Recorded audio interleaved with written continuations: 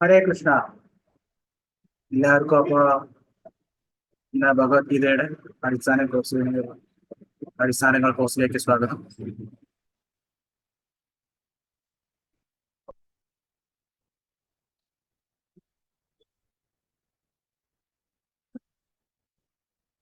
ഒരു 2 മിനിറ്റ് കൂടി വെയിറ്റ് ചെയ്യാം.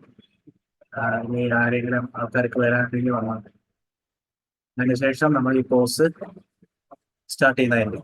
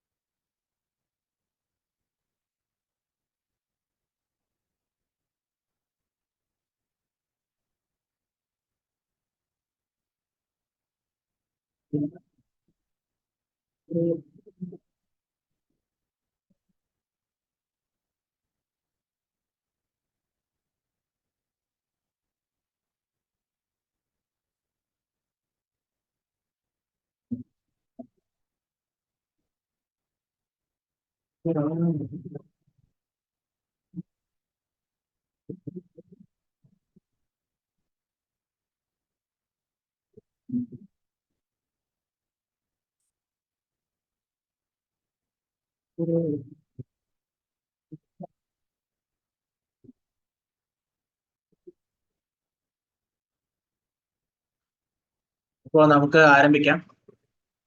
ആദ്യം ഞാൻ എന്നെ തന്നെ ഇൻട്രൊഡ്യൂസ് ചെയ്യാം. എൻ്റെ പേര് ആദർശ്. ഞാൻ പാലക്കാട് സ്വദേശിയാണ്. അപ്പോൾ ഈ കോഴ്സ് ഭഗവത്ഗീതയുടെ പല അടിസ്ഥാന ആശയങ്ങളുണ്ട്. അതിനെക്കുറിച്ചാണ് നമ്മൾ ഈ കോഴ്സിലൂടെ ആൾക്കാർക്ക് പറഞ്ഞു കൊടുക്കുന്നത്. പലരുടെ കയ്യിലും ഭഗവത്ഗീതയുണ്ട്. പലരും അതിൻ്റെ ശ്ലോകങ്ങളൊക്കെ വായിക്കാറുണ്ട്. പക്ഷെ പലർക്കും അതിൻ്റെ അർത്ഥങ്ങളൊന്നും ശരിക്കും അറിയില്ല. ചിലർ അർത്ഥം അറിഞ്ഞാലും ജീവിതത്തിൽ എങ്ങനെ പ്രയോഗിക്കണം എന്ന് അറിയില്ല. അപ്പോൾ അങ്ങനത്തെ പല കാര്യങ്ങളാണ് ഈ കോഴ്സിലൂടെ ഈ ഈ ഭഗവത്ഗീതയുടെ ആശയങ്ങൾ അത് മനസ്സിലാക്കാനുള്ള ഒരു കുറച്ച് പഠനമാണ് നമ്മൾ ചെയ്യുന്നത്. ഈ കോഴ്സിന്റെ അവസാനം നിങ്ങൾക്ക് സ്വന്തമായി ഭഗവത്ഗീത വായിച്ച് മനസ്സിലാക്കാൻ സാധിക്കും. ഇത് ഒരിക്കലും ഭഗവത്ഗീതയുടെ വായനയുടെ തുല്യമല്ല. നിങ്ങൾ വായിക്കുക തന്നെ വേണം. വായനാശീലം എന്തായാലും വേണം. ഭഗവത്ഗീത എസ്പെഷ്യലി ഭഗവത്ഗീത വായിക്കുക തന്നെ വേണം. അത് വായിക്കുമ്പോൾ ആദ്യം ഒരു പുതിയതായ ഒരാൾക്ക് വായിക്കുമ്പോൾ കുറെ ബുദ്ധിമുട്ടുണ്ടാവും. കാര്യങ്ങൾ ചിലപ്പോൾ മനസ്സിലാക്കാൻ കുറച്ചൊരു ബുദ്ധിമുട്ടുണ്ടാവും. ആ ബുദ്ധിമുട്ട് മാറ്റാൻ മാത്രമാണ് ഈ കോഴ്സിന്റെ അവസാനം നിങ്ങൾക്ക് അത് വായിക്കുമ്പോൾ അത് വ്യക്തമായി നിങ്ങൾക്കത് ക്ലിയർ ആവും. അതാണ് ഈ കോഴ്സിന്റെ ഉദ്ദേശം. അപ്പോൾ എല്ലാവരും നമ്മുടെ ഈ കോഴ്സിന്റെ നമ്മൾ എടുക്കുന്നത് പ്രധാനമായിട്ട് ഈ ഭഗവത്ഗീത യഥാരൂപം എന്ന പുസ്തകത്തിനാണ്. ഇത് അന്താരാഷ്ട്ര കൃഷ്ണാവബോധ സമിതി, അതായത് ഇസ്കോണിന്റെ പ്രസിദ്ധീകരിച്ച പുസ്തകമാണ് ഭഗവത്ഗീത യഥാരൂപം. ഇതിനെ ആസ്ഥാനമാക്കിയിട്ടാണ് നമ്മൾ ഈ കോഴ്സ് മൊത്തം. ഇത് ലോകത്തെ ഏറ്റവും കൂടുതൽ ആൾക്കാർ വാങ്ങിയിരിക്കുന്നതും വായിച്ചുകൊണ്ടിരിക്കുന്ന ഭഗവത്ഗീതയാണ്. ഇതിൽ ഭഗവത്ഗീതയുടെ ഓരോ ശ്ലോകങ്ങളുണ്ട്. ആ ശ്ലോകങ്ങൾക്ക് ഓരോന്നിനും ഓരോ വാക്കുകൾക്ക് അതിന്റെ അർത്ഥം കൊടുത്തിട്ടുണ്ട്. അതുപോലെ തന്നെ ഓരോ ശ്ലോകവും നല്ലപോലെ എക്സ്പ്ലെയിൻ ചെയ്തിട്ടുണ്ട്. അപ്പൊ നിങ്ങൾക്കിത് വായിച്ച് മനസ്സിലാക്കാൻ എളുപ്പമായിരിക്കും ഈ ഭഗവത്ഗീതയിലൂടെ. അപ്പൊ എല്ലാവരോടും ഞാൻ അഭ്യർത്ഥിക്കുകയാണ്, ഈ ഒരു ഭഗവത്ഗീത താല്പര്യം എന്തായാലും ഒരെണ്ണം വാങ്ങണം. ഒരു തവണയെങ്കിലും ജീവിതത്തിൽ ഇത് വായിച്ചു നോക്കണം. അപ്പോ ഇതിന്റെ വെബ്സൈറ്റ് ഉണ്ട്, ഗുരുവായൂരിന്റെ വെബ്സൈറ്റ് ഉണ്ട്, ഇസ്കോൺ ഗുരുവായൂരിന്. നിങ്ങൾക്ക് അവിടുന്ന് ഓൺലൈൻ ഓർഡർ ചെയ്യാം. അല്ല നിങ്ങൾക്ക് വേറെ സ്വന്തമായി കോപ്പി വേണം എന്നുണ്ടെങ്കിൽ നിങ്ങൾക്ക് ഈ നമ്മുടെ വാട്സാപ്പ് നമ്പറിലേക്ക് ബന്ധപ്പെടാം. ഇത് നമുക്ക് നിങ്ങൾ എവിടെ വെച്ചാൽ നിങ്ങൾക്ക് അത് ഡെലിവറി ചെയ്യുന്നതായിരിക്കും. അപ്പോൾ നമുക്ക് ആദ്യം ഭഗവത്ഗീതയുടെ കോഴ്സിലേക്ക് തുടങ്ങാം. അപ്പോൾ നമ്മൾ ആദ്യമായി ഭഗവത്ഗീത തുടങ്ങുമ്പോൾ നമുക്ക് ആദ്യം ഒരു ചോദ്യം വരും നമുക്ക് ഈ ഭഗവത്ഗീതയുടെ ആവശ്യം എന്താണ്, ഈ ജീവിതത്തിൽ ഭഗവത്ഗീത കൊണ്ട് ആവശ്യമുണ്ടോ, ഇങ്ങനെ ഒരു പുസ്തകം ആവശ്യമുണ്ടോ? ആക്ച്വലി ഭഗവത്ഗീത ഒരുപാട് ഒരുപാട് കാര്യങ്ങൾ മനുഷ്യ സമൂഹത്തിന് നൽകുന്നുണ്ട്. ഭഗവത്ഗീത ഒരു മനുഷ്യന് നൽകാവുന്നതിലെ ഏറ്റവും ഉയർന്ന ഒരു സമ്മാനമാണ് നൽകുന്നത്. അതെന്താണെന്ന് നിങ്ങൾക്ക് ഭഗവത്ഗീത വായിക്കുമ്പോൾ തന്നെ എനിക്ക് മനസ്സിലാവും. ഈ ഒരു മനുഷ്യ ജന്മത്തിലെ ഏറ്റവും ഉയർന്ന ഒരു ഒരു കാര്യം നമുക്ക് തരുന്നത് ഭഗവത്ഗീതയാണ്. അതിലുള്ള ജ്ഞാനമാണ്. അതെന്താന്ന് ഞാൻ ഇതിന്റെ സസ്പെൻസ് ഇപ്പൊ പറയുന്നില്ല. നിങ്ങൾ ഭഗവത്ഗീത വായിക്കുമ്പോൾ തന്നെ എനിക്കത് മനസ്സിലാവും. എന്നാലും ഒരുപാട് കാര്യങ്ങൾ ഭഗവത്ഗീത തരുന്നുണ്ട്. നമുക്ക് ഒരുപാട് ഉപയോഗമുണ്ട് ഭഗവത്ഗീതയെ കൊണ്ട്. അതിലൊന്ന് നമുക്ക് പറയാം, വരാൻ നമുക്ക് വേണമെങ്കിൽ നമ്മളിവിടെ വിവരിക്കുന്നതായിരിക്കും. അപ്പൊ ആദ്യം ഭഗവത്ഗീത ഞാൻ എന്തുകൊണ്ട് പഠിക്കണം? Why I should learn Bhagavad Gita. ഇത് ആദ്യമായിട്ടാണ് ഇത് ഇത്രയും കാലം ഇംഗ്ലീഷിലാണ് ഈ ക്ലാസ് എടുത്തുകൊണ്ടിരുന്നത്. ഇത് ആദ്യമായിട്ടാണ് മലയാളത്തിലേക്ക് ക്ലാസ് എടുക്കുന്നത്. അതിന്റെ കുറച്ച് ബുദ്ധിമുട്ടുകളുണ്ടാവും, അതിന്റെ വാക്കുകൾ മലയാളത്തിലേക്ക് ആക്കാനായിട്ട്. എന്നാലും നമ്മുടെ പ്രയത്നത്തിന് മാക്സിമം ഇവിടെ ശ്രമിക്കുകയാണ് ഇത് മലയാളത്തിലേക്ക് ആക്കുക. ഇപ്പോ നമ്മൾ എന്തുകൊണ്ട് ഭഗവത്ഗീത വായിക്കും? അതിന് ആദ്യം നമുക്കൊരു ചോദ്യം എടുക്കാം. നമ്മളെല്ലാവരും എന്തുകൊണ്ടാണ് ജീവിക്കുന്നത്? നമ്മളെ ജീവിക്കാൻ എന്താണ് പ്രേരിപ്പിക്കുന്നത്? ആർക്കും മരിക്കാൻ താല്പര്യമില്ല. നമുക്ക് എല്ലാവർക്കും ജീവിക്കാം. ഓരോ ദിവസവും നമ്മൾ അടുത്ത ദിവസത്തേക്കായിട്ട് കാത്തിരിക്കാം. നമുക്ക് ഒരുപാട് കാര്യങ്ങൾ ചെയ്യാനുണ്ട്. അപ്പോ എന്താണ് ഒരു മനുഷ്യനെ ജീവിക്കാൻ പ്രേരിപ്പിക്കുന്നത്? അയാൾക്ക് ജീവിക്കണം എന്നുള്ള ആഗ്രഹം എന്തുകൊണ്ടാണ്? പലർക്കും പല കാരണമായിരിക്കാം. ഓരോരുത്തർക്കും ഓരോരോ കാരണമായിരിക്കും. ചിലർക്ക് അവരുടെ കുടുംബമായിരിക്കാം. കുടുംബത്തിന് വേണ്ടിയായിരിക്കും അവർ ജീവിക്കുക. കുടുംബത്തിനെ സംരക്ഷിക്കുക,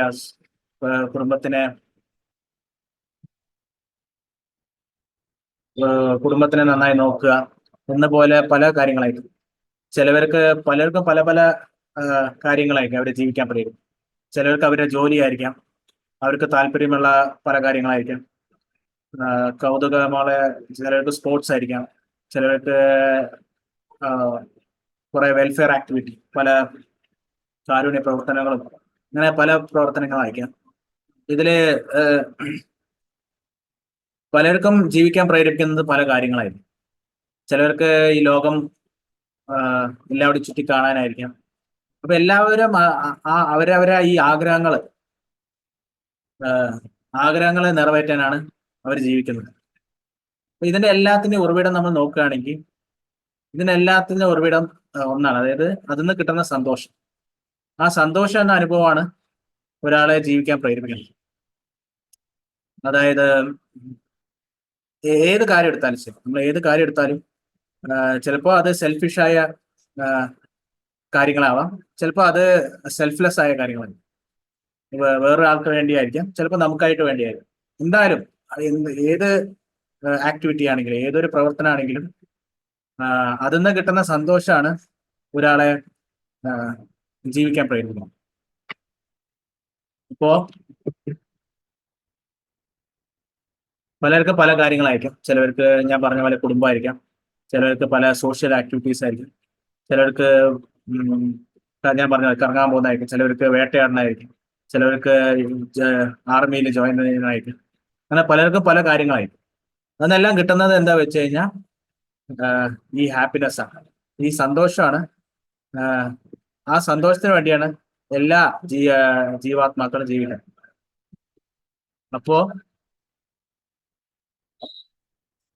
അതായത് നമ്മുടെ വൈദിക ഗ്രന്ഥത്തില് ഒരു പ്രധാനമായ ഒരു ഗ്രന്ഥമുണ്ട്, വേദാന്ത സൂത്രം എന്ന് പറയും. അതിലൊരു വാക്യമുണ്ട്, ആനന്ദമയോ അഭ്യാസ. ആനന്ദമയോ അഭ്യാസ എന്ന് പറഞ്ഞാൽ ഈ ലോകത്തിലെ എല്ലാ ജീവാത്മാക്കളും, എല്ലാ ജീവജാലങ്ങളും അവര് സന്തോഷത്തിന് വേണ്ടിയാണ് ജീവിക്കുന്നത്. അത് അവരുടെ പ്രകൃതമാണ്. ഏത് ജീവജാലങ്ങൾ എടുത്താലും അവർ ഈ സന്തോഷത്തിന് വേണ്ടി, സുഖത്തിനായിട്ട് അലയാണ്. പല കാര്യങ്ങളിലൂടെയൊക്കെ, അവരുടെ ഭക്ഷണത്തിലൂടെ ആയിരിക്കാം, അവരുടെ ബാക്കി ജീവജാലങ്ങളായിട്ടുള്ള ബന്ധത്തിലൂടെ ആയിരിക്കാം. അങ്ങനെ പല കാര്യങ്ങളും. ഏത് ജീവജാലങ്ങൾ നോക്കിയാലും എല്ലാവരും അവരെ സന്തോഷത്തിന് വേണ്ടിയാണ് അവർ ജീവിക്കുന്നത്. ഒരു മനുഷ്യനായാലും ശരി, മൃഗമായാലും ശരി, ഏത് ജീവജാലങ്ങളാണെങ്കിലും ശരി. അത് ചിലപ്പോൾ സെൽഫിഷായ മോട്ടീവ് ആയിരിക്കാം, ചിലപ്പോൾ സെൽഫ്ലെസ് ആയ മോട്ടീവും ആയിരിക്കും. ഇപ്പോൾ വേദാന്ത സൂത്രത്തിൽ പറയണത് ആനന്ദമയോ അഭ്യാസം, അതായത് എല്ലാ ജീവജാലങ്ങളും ഈ ആനന്ദത്തിനായിട്ട് അലയുകയാണ്. അപ്പൊ നമ്മൾ അതുപോലെ തന്നെ നമ്മുടെ ജീവിതം നോക്കുകയാണെങ്കിലും അങ്ങനെ തന്നെ. ഇപ്പൊ പലതര ആഗ്രഹങ്ങളുണ്ട്, അതിലൂടെ പലതര സന്തോഷങ്ങൾ നമ്മൾ നേടാൻ നോക്കും. പക്ഷേ ഈ ലോകത്തിലൊരു പ്രത്യേകത എന്താ വെച്ച് കഴിഞ്ഞാൽ, ഈ ലോകത്തില് പ്രത്യേകത എന്താ വെച്ചാൽ ഈ ലോകത്തുള്ള കാര്യങ്ങളെല്ലാം താൽക്കാലികമാണ്. ഈ ലോകത്ത് ഏത് കാര്യം എടുത്താലും അത് വെറും കുറച്ച് സമയത്തിന് വേണ്ടി മാത്രം. അത് കാരണം നമ്മുടെ സന്തോഷമെല്ലാം ഈ താൽക്കാലികമായ വസ്തുക്കളിൽ ആശ്രയിച്ചിട്ടാണ്. അത് കാരണം പലപ്പോഴും നമ്മൾക്ക് കിട്ടുന്ന സന്തോഷവും താൽക്കാലികമായിരിക്കും. ഇപ്പോ അത് ഏത് തരം കാര്യമായാലും, ഇപ്പൊ നിങ്ങൾക്ക് നമ്മളെല്ലാം പുറത്ത് ആഹാരം കഴിക്കാനൊക്കെ പോകും. നമുക്ക് ഇഷ്ടമുള്ള പല ആഹാരങ്ങളും. അത് ആ ആഹാരം വല്ലപ്പോഴും ഒരു തവണ കഴിക്കുന്നതിലായിരിക്കും നമുക്ക് സുഖം. ആ ആഹാരം തന്നെ ദിവസവും 3 നേരം ഒരു 10 ദിവസം 20 ദിവസമൊക്കെ കഴിക്കുമ്പോൾ തന്നെ നമുക്ക് ആ ആഹാരത്തിനോട് മടുപ്പ് തോന്നും. അപ്പൊ അവിടെയൊക്കെ നമുക്ക് കാണാം ഇന്ന് കിട്ടുന്ന സുഖവും സന്തോഷവും കുറച്ച് കാലത്തേക്ക് പറയും. ഇപ്പോൾ സന്തോഷം ഏത് ആക്ടിവിറ്റി എടുത്താലും ചില കാര്യങ്ങളിൽ കുറച്ചു നേരമായിരിക്കും സന്തോഷം, ചില കാര്യങ്ങൾ കൂടുതൽ നേരം നിൽക്കും. പക്ഷെ ഇത് കുറവായാലും കൂടുതലായാലും അത് താൽക്കാലികമാണ്. ചിലപ്പോൾ കുറച്ച് നീളമുള്ള കുറച്ച് നീണ്ടു കിട്ടുമായിരിക്കാം, പക്ഷെ അത് കുറച്ച് കാലത്തേക്ക് മാത്രമാണ്. അത് ഏത് കാര്യം നോക്കിയാലും അങ്ങനെ തന്നെയാണ്. നമ്മുടെ ഇപ്പോ നമുക്ക് എല്ലാവരും നെട്ടോട്ട് വരാണ് ജോലി കാര്യങ്ങൾ പൈസ ഉണ്ടാക്കാനൊക്കെ. അതിൽ നിന്ന് കിട്ടുന്ന പലതര കംഫർട്ടുകൾ, പലതര കാറ്, വീട്, കാര്യങ്ങൾ, പല കാര്യങ്ങളും, അതെല്ലാം നമുക്ക് പൈസ ഉള്ളിടത്തോളം കാലം അത് നമുക്ക് നിലനിർത്താൻ പറ്റും. പൈസ എന്ന് നിന്നോ നമുക്കത് ബുദ്ധിമുട്ടാണ്. അതുപോലെ തന്നെ നമുക്ക് പല ആൾക്കാരുണ്ട്, ഫ്രണ്ട്സ്, ഫാമിലി, കാര്യങ്ങളൊക്കെ. ആ ബന്ധം ഉള്ളിടത്ത കാലം നമുക്ക് അതിന് കിട്ടുന്ന സന്തോഷമൊക്കെ അനുഭവിക്കും. അത് എന്ന് ആ വ്യക്തി ഇല്ലാതെ ആവുന്നോ എന്ന് ആ സന്തോഷം കിട്ടും. നമ്മൾക്ക് പലർക്കും നമ്മുടെ ജീവിതാനുഭവത്തിലുണ്ടാവും പല ആൾക്കാരും, പ്രത്യേകിച്ച് ഈ വയസ്സായ അമ്മമാരൊക്കെ, അവര് വേണ്ടപ്പെട്ടവരൊക്കെ മരിച്ചു പോവുകയൊക്കെയാണ്. അവർക്ക് അപ്പൊ ജീവിതത്തിനോട് ഒരു മടുപ്പാണ്. അവർക്ക് ജീവിതം എങ്ങനെയോ അവര് നീട്ടി കൊണ്ടുപോകാൻ. കാരണം അവരുടെ സന്തോഷം മൊത്തം ആ വ്യക്തികളിലൂടെയായിരുന്നു. അതുവരെ ആ സന്തോഷം നിൽക്കുമ്പോൾ അവർക്ക് ജീവിതം മടുത്തു തുടങ്ങാൻ. പിന്നെ അവർ പറയും എനിക്ക് ഇനി മരിച്ചാലും കുഴപ്പമില്ല, മരണത്തെ കാത്തിരിക്കുകയാണ്. അങ്ങനെ പല സംഭാഷണങ്ങൾ നമുക്കറിയാം. അപ്പോ അതാണ് ഈ ലോകത്തെ ഒരു പ്രത്യേകത. ഈ ലോകത്തെ കാര്യങ്ങളെല്ലാം താൽക്കാലികമാണ്. അത് കാരണം അതിന്റെ സന്തോഷം, ഈ ലോകത്തുള്ള സന്തോഷവും താൽക്കാലികമാണ്. പക്ഷെ നമുക്ക് സന്തോഷമാണ് വേണ്ടത്, നമ്മൾ സന്തോഷത്തിനായിട്ടാണ് ജീവിക്കുന്നത്. അപ്പൊ ഇതൊരു മേജർ ആയ ഒരു പ്രോബ്ലം. പലവരും ജീവിതത്തിൽ നല്ല യൗവനത്തില് നല്ലപോലെ ആഘോഷിച്ചും ദൂർത്തടിച്ചും സന്തോഷിക്കും. പിന്നെ കുറച്ച് കഴിഞ്ഞാൽ അവർ വളരെ ബുദ്ധിമുട്ടും. ആ യൗവനം പോയി കഴിഞ്ഞാൽ അവര് അത് വളരെ ബുദ്ധിമുട്ടും. അങ്ങനെ പലതര ഈ സന്തോഷം ഒരു ലിമിറ്റഡ് ആയ ഒരു ആയതിനാൽ, ഈ താൽക്കാലികമായതിനാൽ നമുക്ക് അതുകൊണ്ട് വളരെയധികം ബുദ്ധിമുട്ടുണ്ടാവും. പിന്നെ അടുത്ത ഈ ലോകത്തിലെ ഒരു പ്രശ്നം എന്ന് വെച്ചാൽ, സന്തോഷം നമുക്ക് വേണം, സന്തോഷത്തിനായിട്ട് നമ്മൾ എല്ലാവരും ജീവിക്കുന്നത്. പക്ഷെ ഈ സന്തോഷം താൽക്കാലികമാണ്. അടുത്തൊരു പ്രശ്നം എന്താ വെച്ച് കഴിഞ്ഞാൽ, ഈ താൽക്കാലികമായ സന്തോഷം പോട്ടെ, അത് നമുക്ക് എങ്ങനെ അഡ്ജസ്റ്റ് ചെയ്യാം, ഒരു കാര്യത്തിന് വേറെ വേറെ കാര്യങ്ങൾ പലതരം ആക്ടിവിറ്റിയും ചെയ്ത് എങ്ങനെയെങ്കിലും നമുക്ക് സമയം ചെലവഴിക്കാൻ പറ്റും. അടുത്തൊരു പ്രശ്നം വെച്ചാൽ, സന്തോഷം കൂടാതെ കുറെ ദുഃഖങ്ങളുണ്ട്. ദുഃഖങ്ങള് 3 തരത്തിലാണ് പ്രധാനമായിട്ടും. 3 തരത്തിൽ പറഞ്ഞ പ്രധാന ദുഃഖങ്ങൾ എന്ന് പറഞ്ഞു കഴിഞ്ഞാൽ അസുഖം, വാർദ്ധക്യം, മരണം. ഇത് എല്ലാവർക്കും അനുഭവമുള്ളതാണ്. നമ്മൾ യൗവനത്തിലാവുമ്പോൾ നമ്മൾ ഭയങ്കര ആക്റ്റീവാണ്, നമുക്ക് പല കാര്യങ്ങളും ചെയ്യാൻ പറ്റും. വാർദ്ധക്യം വന്നു കഴിഞ്ഞാൽ നമുക്ക് പല കാര്യങ്ങളും ചെയ്യാൻ പറ്റും. വാർദ്ധക്യം വളരെ ബുദ്ധിമുട്ടാണ്, നമ്മുടെ ശരീരം നമ്മളെ പല ബുദ്ധിമുട്ടുകളും തരും. അതുപോലെ തന്നെ അസുഖങ്ങൾ, പല അസുഖങ്ങളും നമ്മളെ ശരിക്കും ഒന്നും ചെയ്യാൻ പറ്റാത്ത അവസ്ഥയിലാണ്. അത് നമുക്ക് ഈ കഷ്ടപ്പാട് നമ്മൾ അനുഭവിക്കും. അതുപോലെ തന്നെ വൈദിക ശാസ്ത്രം പറയണ 3 തരത്തിലുള്ള വേറെ കഷ്ടതകൾ ഉണ്ടെന്ന് പറയാം. അതിനെയാണ് ആദി ദൈവിക, ആദി ഭൗതിക, ആധ്യാത്മിക എന്ന 3 സംസ്കൃത പദങ്ങളാണ്. ആധ്യാത്മിക എന്ന് പറഞ്ഞു കഴിഞ്ഞാൽ നമ്മുടെ ശരീരവും മനസ്സും കൊണ്ടുള്ള നമുക്ക് കഷ്ടത. അത് ഞാനിപ്പോ ഒന്ന് പറഞ്ഞ പോലെ ശരീരം നമുക്ക് അസുഖങ്ങൾ തരും, അതിലൂടെ കുറെ ബുദ്ധിമുട്ടുണ്ട്. മനസ്സ് നമുക്ക് കുറെ കഷ്ടം തരും, അതായത് പേടി, ഡിപ്രഷൻ, ടെൻഷൻ, അങ്ങനത്തെ പല കാര്യങ്ങളും മനസ്സും തരും. ഇതുപോലുള്ള പല കാര്യങ്ങളുടെ കഷ്ടതകൾ നമ്മളായിരിക്കും. അത് കൂടാതെ പിന്നെ ആദി ഭൗതിക എന്ന് പറഞ്ഞു കഴിഞ്ഞാൽ മറ്റു ജീവജാലങ്ങൾ കൊണ്ടുള്ള നമുക്കുള്ള കഷ്ടപ്പാട്. ചിലപ്പോ നമ്മുടെ കുറെ ശത്രുക്കൾ ഉണ്ടാവും. അത് മാത്രമല്ല കുറെ നമുക്ക് കൊതു ഒരു വേറൊരു ജീവജാലം തിന്നാൻ, അത് നമ്മളെ കുറെ ബുദ്ധിമുട്ടുണ്ടാക്കാം. നമുക്ക് മലേറിയ വരെ അത് ഉണ്ടാക്കി തരും. അതുപോലെ തന്നെ നമ്മുടെ കുറെ മനുഷ്യരൂപത്തിലുള്ള കുറെ ആൾക്കാരുണ്ട് നമുക്ക് ടെൻഷനും നമുക്ക് ബുദ്ധിമുട്ട് തരാൻ. അതുപോലെ തന്നെ മൂന്നാമത്തെ കഷ്ടം എന്ന് പറഞ്ഞു കഴിഞ്ഞാൽ പ്രകൃതി തന്നെ തരുന്നത്. ഇപ്പൊ എല്ലാവരും അനുഭവപ്പെടുന്ന ഒരു കാര്യമാണ് നമ്മുടെ ചൂടുകാലം. എല്ലാ ദിവസവും ചൂട് കൂടി വരികയാണ്. നമ്മൾ അതിനെ ഭയങ്കരമായിട്ട് ബുദ്ധിമുട്ടുന്നുണ്ട്. അതുപോലെ തന്നെ പല വേറെയും പ്രകൃതി തരുന്ന കലാമിറ്റീസ്, വെള്ളപ്പൊക്കം, അത് കൊടുങ്കാറ്റ്, അങ്ങനത്തെ പലതര ബുദ്ധിമുട്ടുകളുണ്ട്. അപ്പൊ ഇതാണ് രണ്ടാമത്തെ പ്രശ്നം നമ്മൾ മേജറായിട്ട് ഈ ലോകത്ത് അനുഭവിക്കുന്ന മേജറായിട്ടുള്ള പ്രശ്നം. ആദ്യം പറഞ്ഞാൽ നമ്മൾ ആഗ്രഹിക്കുന്ന സന്തോഷം താൽക്കാലികം മാത്രമാണ്, കുറച്ച് കാലത്തേക്ക്. രണ്ടാമത്തെ പ്രശ്നം പറഞ്ഞു കഴിഞ്ഞാൽ അത് കൂടാതെ പ്രകൃതി നമുക്ക് കുറെ കഷ്ടതകൾ തരാം, പല പല രൂപത്തിലെ പല കഷ്ടതകളും നമുക്ക് തരാം. പിന്നെ മൂന്നാമത്തെ ഒരു മേജറായ പ്രശ്നം എന്ന് വെച്ച് കഴിഞ്ഞാൽ നമുക്ക് ഈ പ്രകൃതിയിൽ നമ്മളെ ശരിക്കും പല നിയമങ്ങളുണ്ട്. ആ പല നിയമത്തിൽ പ്രകൃതി നമ്മളെ ശരിക്കും കെട്ടിയിട്ട് നമ്മൾ നോക്കിക്കഴിഞ്ഞാൽ തന്നെ അറിയാം. അതിന് ഉദാഹരണമായിട്ട് പറയാം, നമുക്ക് ഈ വയസ്സാവുന്നത് നമുക്ക് ഒരിക്കലും എപ്പോഴും ചെറുപ്പമായി നിൽക്കാൻ പറ്റില്ല. നമ്മുടെ ശരീരം മാറിക്കൊണ്ടേയിരിക്കും. ഒരു കുട്ടിയായിരുന്നു നമ്മൾ, പിന്നെ ഒരു യൗവനമായ ശരീരത്തിലേക്ക്, പിന്നെ അതിന്ന് ഒരു വാർദ്ധക്യമായ ശരീരത്തിലേക്ക്. അപ്പൊ ഇതൊരു പ്രകൃതി നിയമമാണ്. ഈ പ്രകൃതി നിയമം നമുക്ക് മാറ്റാനും പറ്റില്ല. നമുക്ക് കുറെ എക്സസൈസ് ഒക്കെ ചെയ്ത് കുറച്ച് ഫിറ്റ് ആയിട്ടൊക്കെ ഇരിക്കാം. പക്ഷെ ആ നിയമത്തിലൂടെ എല്ലാ ജീവജാലങ്ങളും പോയേ പറ്റും. അതുപോലെ തന്നെ പല നിയമങ്ങളുണ്ട്. ഈ ശരീരം നന്നായി നിൽക്കണമെങ്കിൽ നല്ല വായു വേണം, നല്ല വെള്ളം വേണം. അങ്ങനത്തെ പല പല നിയമങ്ങളും ഈ പ്രകൃതിയിലാണ്. ഇതിനെ ഇംഗ്ലീഷിൽ കണ്ടീഷൻ ലൈഫ് അല്ലെങ്കിൽ ബദ്ധജീവിതം എന്ന് പറയും. സംസ്കൃതത്തില് നമ്മളെ ഭഗവത്ഗീതയിലൊക്കെ കാണാം.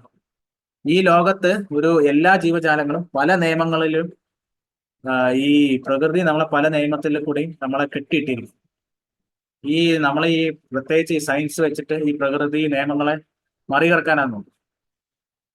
എന്നാലും എത്രത്തോളം ഇതാക്കിയാലും നമ്മൾ ഭയങ്കര ഒരു ഇതിലാണ്. നമുക്ക് ഇതുവരെയായിട്ട് മറികടക്കാൻ പറ്റിയിട്ടില്ല. ഇപ്പൊ നമ്മൾ നോക്കുകയാണെങ്കിൽ ഇങ്ങനെ 3 തരം മേജർ പ്രശ്നങ്ങൾ നമുക്കുണ്ട്. ഞാൻ നേരത്തെ പറഞ്ഞ പോലെ 3 കാര്യങ്ങളാണ്. നമുക്ക് എക്സാമ്പിൾസ് പറഞ്ഞു. നമുക്ക് പ്രായമാവാൻ നിൽക്കാൻ പറ്റില്ല. അതുപോലെ തന്നെ പല കണ്ടീഷൻ ഉണ്ടെങ്കിൽ നമുക്ക് നമ്മുടെ ജീവൻ നിലനിർത്താൻ പറ്റും. ഈ നിയമങ്ങള് നമുക്ക് അങ്ങനെ ഒരുപാട് നിയമങ്ങൾ നമ്മളൊന്ന് ജസ്റ്റ് ആലോചിച്ച് നോക്കിയാൽ തന്നെ മനസ്സിലാവും. ഇപ്പോ നമ്മള് നോക്കിക്കഴിഞ്ഞു കഴിഞ്ഞാൽ നമ്മൾ സന്തോഷത്തിനായിട്ടാണ് ജീവിക്കുന്നത് എല്ലാ ജീവജാലങ്ങളും. പക്ഷെ ഈ മേജർ ഈ ലോകത്ത് ഉള്ള 3 പ്രശ്നങ്ങളാണ് നമ്മളിപ്പോ കണ്ടത്. ആദ്യത്തെ എന്ന് പറഞ്ഞാൽ നമ്മുടെ സന്തോഷം കുറച്ച് കാലത്തേക്ക് താൽക്കാലികമായ സന്തോഷമാണ് നമുക്ക് അനുഭവപ്പെടാൻ പറ്റുന്നത്. രണ്ടാമത് പറഞ്ഞാൽ കുറെ കഷ്ടപ്പാടുണ്ട്. മൂന്നാമത് പറഞ്ഞു കഴിഞ്ഞാൽ നമ്മളെ കഷ്ടപ്പാടും ഇതുണ്ടെങ്കിൽ പോലും നമുക്ക് യാതൊരു ഫ്രീഡവും കുറവാണ്. നമുക്ക് ഈ കഷ്ടപ്പാടിന് രക്ഷപ്പെടാനുള്ള ഒരു ഫ്രീഡവും കുറവാണ്. അപ്പോ വൈദിക ശാസ്ത്രങ്ങൾ പറയുന്നത് ഒരാളെ മനുഷ്യനാവുന്നത് ഇതിനെക്കുറിച്ച് ആലോചിച്ച് തുടങ്ങും. എങ്ങനെ എനിക്ക് സന്തോഷമായി ജീവിക്കാം, ഈ 3 പ്രശ്നങ്ങളിൽ നിന്നും ഞാൻ എങ്ങനെ മറികടക്കാം, എങ്ങനെ എനിക്ക് സന്തോഷമായി ജീവിക്കാം എന്ന് ആലോചിച്ച് തുടങ്ങുമ്പോഴാണ് ഒരാൾ മനുഷ്യനാവുന്നത് എന്നാണ് വൈദിക ശാസ്ത്രം. അപ്പോ ഭഗവത്ഗീത ഇവിടെ എങ്ങനെ നമ്മളെ ഹെൽപ്പ് ചെയ്യണോ എന്നൊരു മേജർ ഒരു ഫാക്ടറാണ്. അപ്പൊ ഭഗവത്ഗീതയില് ഭഗവാൻ പറയുന്നുണ്ട് 6-ാമത്തെ അധ്യായത്തില് 21, 22, 23 എന്ന ശ്ലോകത്തില് ഭഗവാൻ വലിയൊരു നമുക്ക് ഉപയോഗപ്പെടുന്ന ഭയങ്കര ബെനിഫിറ്റ് ആവുന്ന ഒരു കാര്യം പറഞ്ഞു. അതായത് ഒരാൾ ഭഗവത്ഗീതയുടെ ശാസ്ത്രം അത് പഠിച്ച് അത് ജീവിതത്തിൽ അപ്ലൈ ചെയ്യുന്നതുകൊണ്ട് എന്താണ് ഒരാൾക്ക് ഗുണം ഉണ്ടാവണം. അങ്ങനെ ഒരാൾ ഭഗവത്ഗീത പഠിച്ച് ഒരു നമ്മുടെ ലൈഫിൽ അപ്ലൈ ചെയ്യുമ്പോൾ അവരൊരു മാനസിക അവസ്ഥയിലെത്തും. ആ മാനസിക അവസ്ഥയിൽ അവരെപ്പോഴും സന്തോഷമായിട്ടും സമാധാനമായിട്ടും അവർക്ക് ആ മാനസിക അവസ്ഥ നിലനിർത്താൻ പറ്റും. എപ്പോഴും അത് ഭഗവാൻ പറയണത് കുറച്ചു കാലം താൽക്കാലികമല്ല, ഭയങ്കര ഒരു സാറ്റിസ്ഫൈഡ് ആയ ഭയങ്കര ഒരു ആ സന്തോഷം അതിന്റെ മുഴുവൻ പൂർണ്ണ രൂപത്തിൽ നമുക്ക് അനുഭവപ്പെടാൻ സാധിക്കുന്നതാണ്. അങ്ങനെ ഒരു അവസ്ഥയിൽ എത്തുമ്പോൾ ഭഗവാൻ പറയണ അടുത്ത ശ്ലോകത്തിൽ പറയണം, അങ്ങനെ ഒരു അവസ്ഥ, അതായത് പറയണം അങ്ങനെ ഒരു അവസ്ഥ എത്തുമ്പോൾ അതിലും മുകളിലൊരു അവസ്ഥ ഉണ്ടാവില്ല, അത്രയും സന്തോഷകരമായ ഒരു സാറ്റിസ്ഫാക്ഷൻ ആയ ഒരു മാനസിക അവസ്ഥയിലേക്ക് എത്താൻ പറ്റുന്ന. അങ്ങനെ ഒരു സാറ്റിസ്ഫൈഡ് ആയ അവസ്ഥയിൽ എത്തുമ്പോൾ എത്ര വലിയ ബുദ്ധിമുട്ടാണെങ്കിലും എത്ര വലിയ കഷ്ടതയിൽ നമ്മളെ ഇട്ടാലും നമ്മൾ ഒരിക്കലും പതറില്ല എന്നാണ് ഭഗവാൻ പറയുന്നത്. 6-ാമത്തെ സ്കന്ധത്തിൽ 22-ാമത്തെ 23-ാമത്തെ ശ്ലോകത്തിൽ പറയണം, ഇതാണ് ഭഗവാൻ പറയുന്നത് ഈ ഈ ബുദ്ധിമുട്ടുകളിൽ നിന്നുള്ള മുക്തി എന്ന് പറയാം. ഭഗവാൻ ഒരിക്കലും പറയുന്നില്ല ഈ ലോകത്തെ പ്രശ്നങ്ങളെല്ലാം തീരും എന്ന് പറയുന്നു.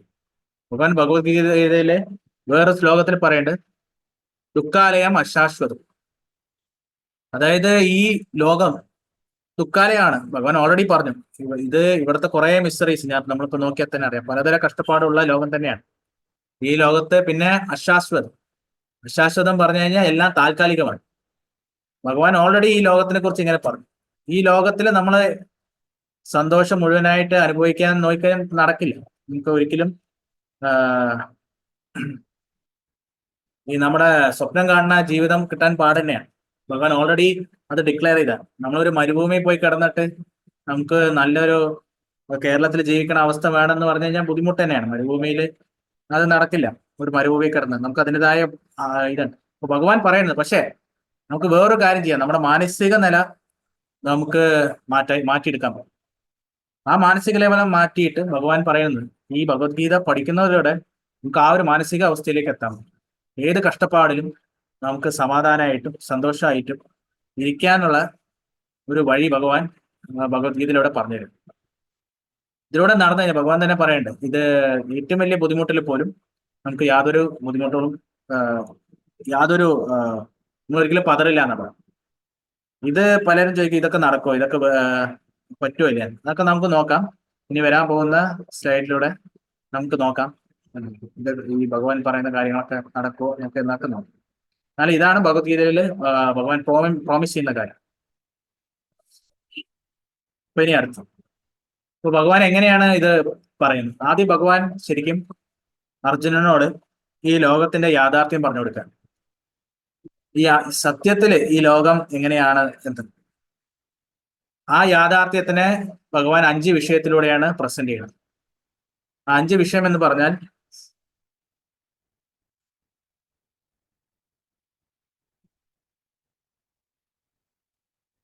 ആദ്യം പറയണത് ജീവ എന്ന് പറഞ്ഞു കഴിഞ്ഞാൽ ജീവാത്മാവ്, അതായത് നമ്മളെ എങ്ങനത്തെ പ്രകൃതത്തിലുള്ള ആൾക്കാരാണ്, നമ്മൾ ആരാണ്, നമ്മൾ എങ്ങനെയുള്ളവരാണ്, നമുക്ക് എന്തൊക്കെ കഴിവുണ്ട്, എന്തൊക്കെയാണ് നമ്മുടെ കുറവുകൾ എന്നുള്ള കാര്യങ്ങളാണ് ഭഗവാൻ ആദ്യം പറയുന്നത്.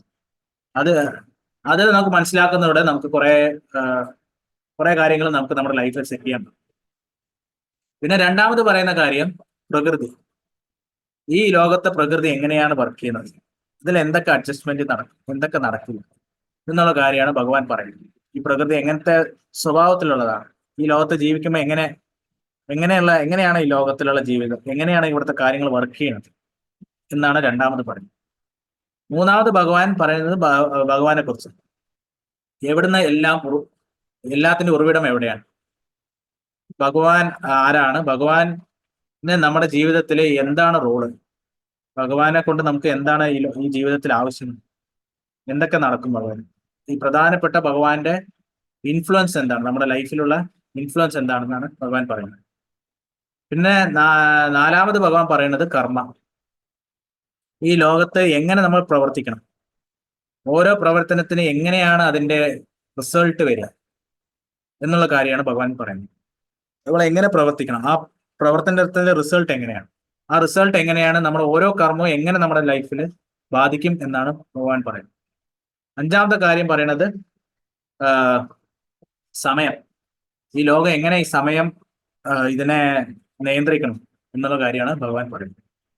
അപ്പൊ ഈ 5 വിഷയത്തിലൂടെ ഭഗവാൻ ഈ ലോകത്തിന്റെ യാഥാർത്ഥ്യത്തെ കുറിച്ച് പറയാം. അതായത് ജീവ, പ്രകൃതി, ഭഗവാൻ, കാല, കർമ്മം, അങ്ങനെ 5 വിഷയത്തിലൂടെ ഭഗവാൻ പറയുന്നത്. അപ്പൊ നമ്മുടെ ഈ ഓരോ സെഷനും, ഇത് ആദ്യത്തെ സെഷനാണ്. ഈ സെഷൻ ഇത് അടുത്ത സെഷൻ നമ്മൾ ഇങ്ങനെ ഓരോ സെഷനും ഈ 5 കാര്യത്തിനെ കുറിച്ചായിരിക്കും നമ്മൾ പറയേണ്ടത്. ആദ്യത്തെ ഒരു സെഷൻ ജീവാത്മാവിനെ കുറിച്ച്, നമ്മൾ ആരാണ്, എന്താണ് എന്നുള്ള മനസ്സിലാക്കലാണ്. നമ്മുടെ ഓരോരോ നമ്മളെ കുറിച്ച് പൂർണ്ണമായി നമ്മൾ മനസ്സിലാക്കും.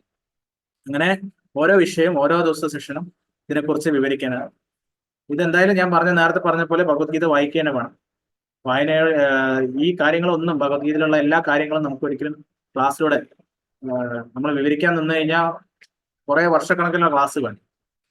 അത് നിങ്ങൾ വായനയിലൂടെ നമുക്കത് കുറെ കവർ ചെയ്യാൻ പറ്റും. കാരണം ദയവ് ചെയ്ത് എല്ലാവരും ഈ പുസ്തകം വായിക്കുക. അപ്പൊ ഈ ക്ലാസ് ആ പുസ്തകം നന്നായി മനസ്സിലാക്കാൻ നിങ്ങളെ സഹായിക്കും. അപ്പോൾ ഈ ക്ലാസ് ഇത് നമ്മൾ ഇനി അടുത്തുള്ള സെഷനിലായിരിക്കും ഇത് കവർ ചെയ്യാം.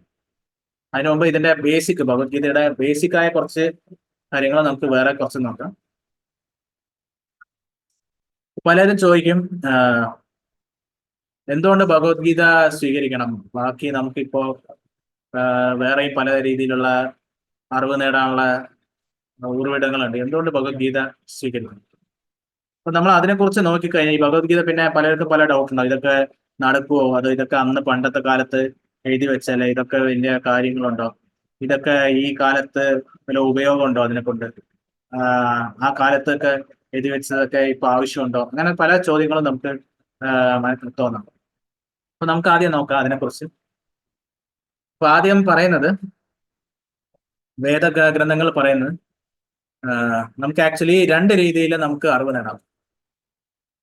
ആദ്യത്തെ രീതി എന്ന് പറയുന്നത്, അതിന്റെ സംസ്കൃത പദം 2ആണ്, ആരോഹ പന്ഥ എന്ന് പറയും. അതായത് പറയാം, ആദ്യത്തെ രീതിയാണ് ആരോഹ പന്ഥ എന്ന് പറയും, രണ്ടാമത്തെ രീതിയാണ് അവരോഹ പന്ഥ എന്ന് പറയും. ഞാനൊരു എക്സാമ്പിൾ ആയിട്ട് പറയാം. ആരോഹ പന്ഥ, അതായത് നമുക്കൊരു കാര്യത്തെ കുറിച്ച് അറിയില്ല, നമ്മളത് സ്വയം പ്രയത്നത്തിലൂടെ അത് മനസ്സിലാക്കാൻ ശ്രമിക്കും. അതായത് ഇപ്പൊ നമുക്ക് നമ്മുടെ അച്ഛൻ ആരാന്ന് അറിയണം. നമ്മളപ്പോ അത് ആദ്യം എന്ത് ചെയ്യും വെച്ച് കഴിഞ്ഞാൽ, നമ്മളെ നമ്മളെ അമ്മയോട് ചോദിക്കാൻ ആദ്യം അച്ഛനാരാൻ നമ്മൾ സ്വയം കണ്ടുപിടിക്കാൻ പോവാൻ. അപ്പൊ നമുക്ക് അറിയാവുന്ന വിദ്യകൾ ഉപയോഗിച്ചിട്ട് ഓരോ ആൾക്കാരെ നിരീക്ഷിച്ചിട്ട്, ഇപ്പൊ നമുക്ക് കുറെ സയൻസ് മെത്തേഡ്സ് ഒക്കെ ഉണ്ട്, DNA ടെസ്റ്റ്, അങ്ങനത്തെ പോലെ പല ഓരോരുത്തരെ സാമ്പിൾ എടുത്തിട്ട് അതൊക്കെ ചെക്ക് ചെയ്ത്, എന്റെ സാമ്പിളായിട്ട്, എന്റെ ശരീരത്തിലെ സാമ്പിളായി ചെക്ക് ചെയ്തിട്ട്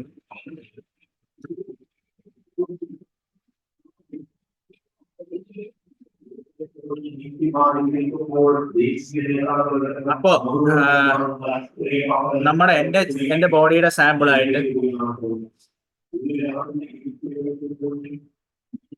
അപ്പൊ നമ്മളെ അച്ഛൻ ആരാന്ന് കണ്ടുപിടിക്കണം നമ്മുടെ സ്വയം പ്രയത്നത്തിലൂടെ, നമ്മൾ സ്വയം നിരീക്ഷണത്തോടെ, നമ്മുടെ സ്വയം ബുദ്ധിയും നമ്മുടെ കഴിവും നമ്മുടെ ഇന്ദ്രിയങ്ങളും ഉപയോഗിച്ചിട്ട് നമ്മൾ ആ അറിവ് നേടാൻ നിൽക്കണം. നമ്മൾ നമ്മുടെ അച്ഛൻ ആരാന്ന് കണ്ടുപിടിക്കാൻ നോക്കുക, പല ടെസ്റ്റിലൂടെ, പല നിരീക്ഷണത്തിലൂടെ.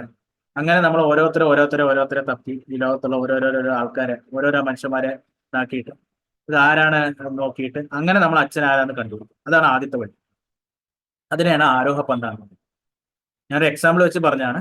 ഇങ്ങനെ നമ്മുടെ സ്വയം ബുദ്ധിയും നമ്മുടെ സ്വയം കാണുന്നതും കേൾക്കുന്നതും വിശ്വസിച്ച് കാണുന്നതിലൂടെ അറിവ് നേടി ഇതിനെ നമ്മുടെ ബുദ്ധി കൊണ്ട് ചിന്തിച്ച് അതെന്താണെന്ന് കണ്ടുപിടിക്കാൻ നോക്കുക. അതാണ് ആരോഹ പന്ഥ എന്ന് പറയുന്നത്. രണ്ടാമത്തെ വഴി എന്ന് പറഞ്ഞാൽ, നമുക്ക് അച്ഛൻ ആരാന്ന് അറിയണം.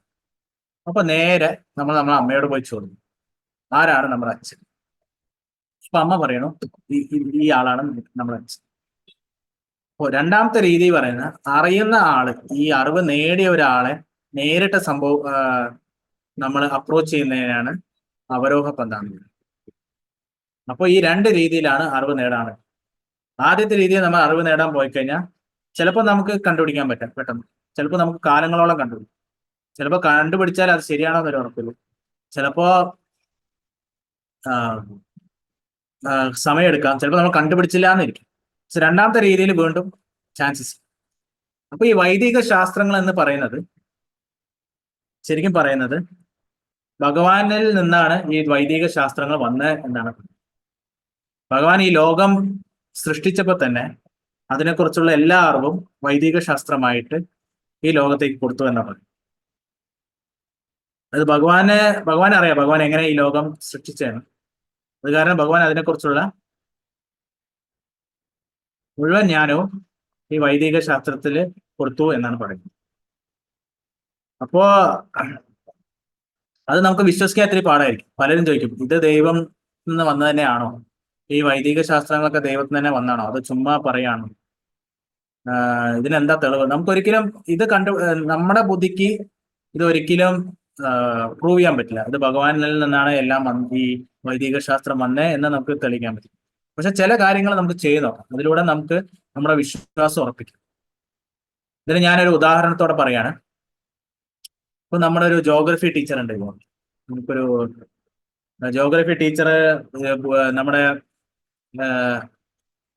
നമ്മുടെ എർത്തിന്റെ മാപ്പ് നോക്കിയിട്ട്, നമ്മുടെ ഭൂമിയുടെ മാപ്പ് നോക്കിയിട്ട് പറയാണ്, ഇങ്ങനെ ഒരു അമേരിക്ക എന്നൊരു രാജ്യം ഉണ്ടെന്ന് പറഞ്ഞു. അപ്പൊ നമ്മൾ ഇവിടെ നിൽക്കുമ്പോൾ നമുക്കത് എങ്ങനെ വിശ്വസിക്കും? ടീച്ചർ വെറുതെ പറയാണോ? ഇങ്ങനെ എന്തെങ്കിലും ഒരു മാപ്പും കാണിച്ചിട്ട് ഇങ്ങനെ ഒരു അമേരിക്ക ഉണ്ട് എന്ന് പറഞ്ഞാൽ നമ്മൾ വിശ്വസിക്കും. പക്ഷെ നമുക്ക് പക്ഷെ പല പ്രോസസ്സും നമുക്ക് അപ്ലൈ ചെയ്ത് നോക്കാം. നമുക്ക് പല പ്രക്രിയകൾ നോക്കിയിട്ട് നമുക്ക് അത് ശരിയാണോ എന്നോ, നമുക്ക് ടീച്ചർ പറയണത് ടീച്ചർ പറഞ്ഞു, ടീച്ചർക്ക് അറിയുന്നത് ടീച്ചർ പറഞ്ഞു. പക്ഷെ നമുക്കത് ചില കാര്യങ്ങളിലൂടെ നമുക്ക് അത് ശരിയാണോ നമുക്ക് മനസ്സിലാക്കാൻ പറ്റും. നമുക്ക് വേണമെങ്കിൽ ഈ അമേരിക്ക ഉണ്ടെന്ന് ടീച്ചർ പറയുന്നു, നമുക്ക് അത് എങ്ങനെയുണ്ടെന്ന് നോക്കി വേണമെങ്കിൽ അമേരിക്ക പോയി നമുക്ക് സമീപിക്കാം.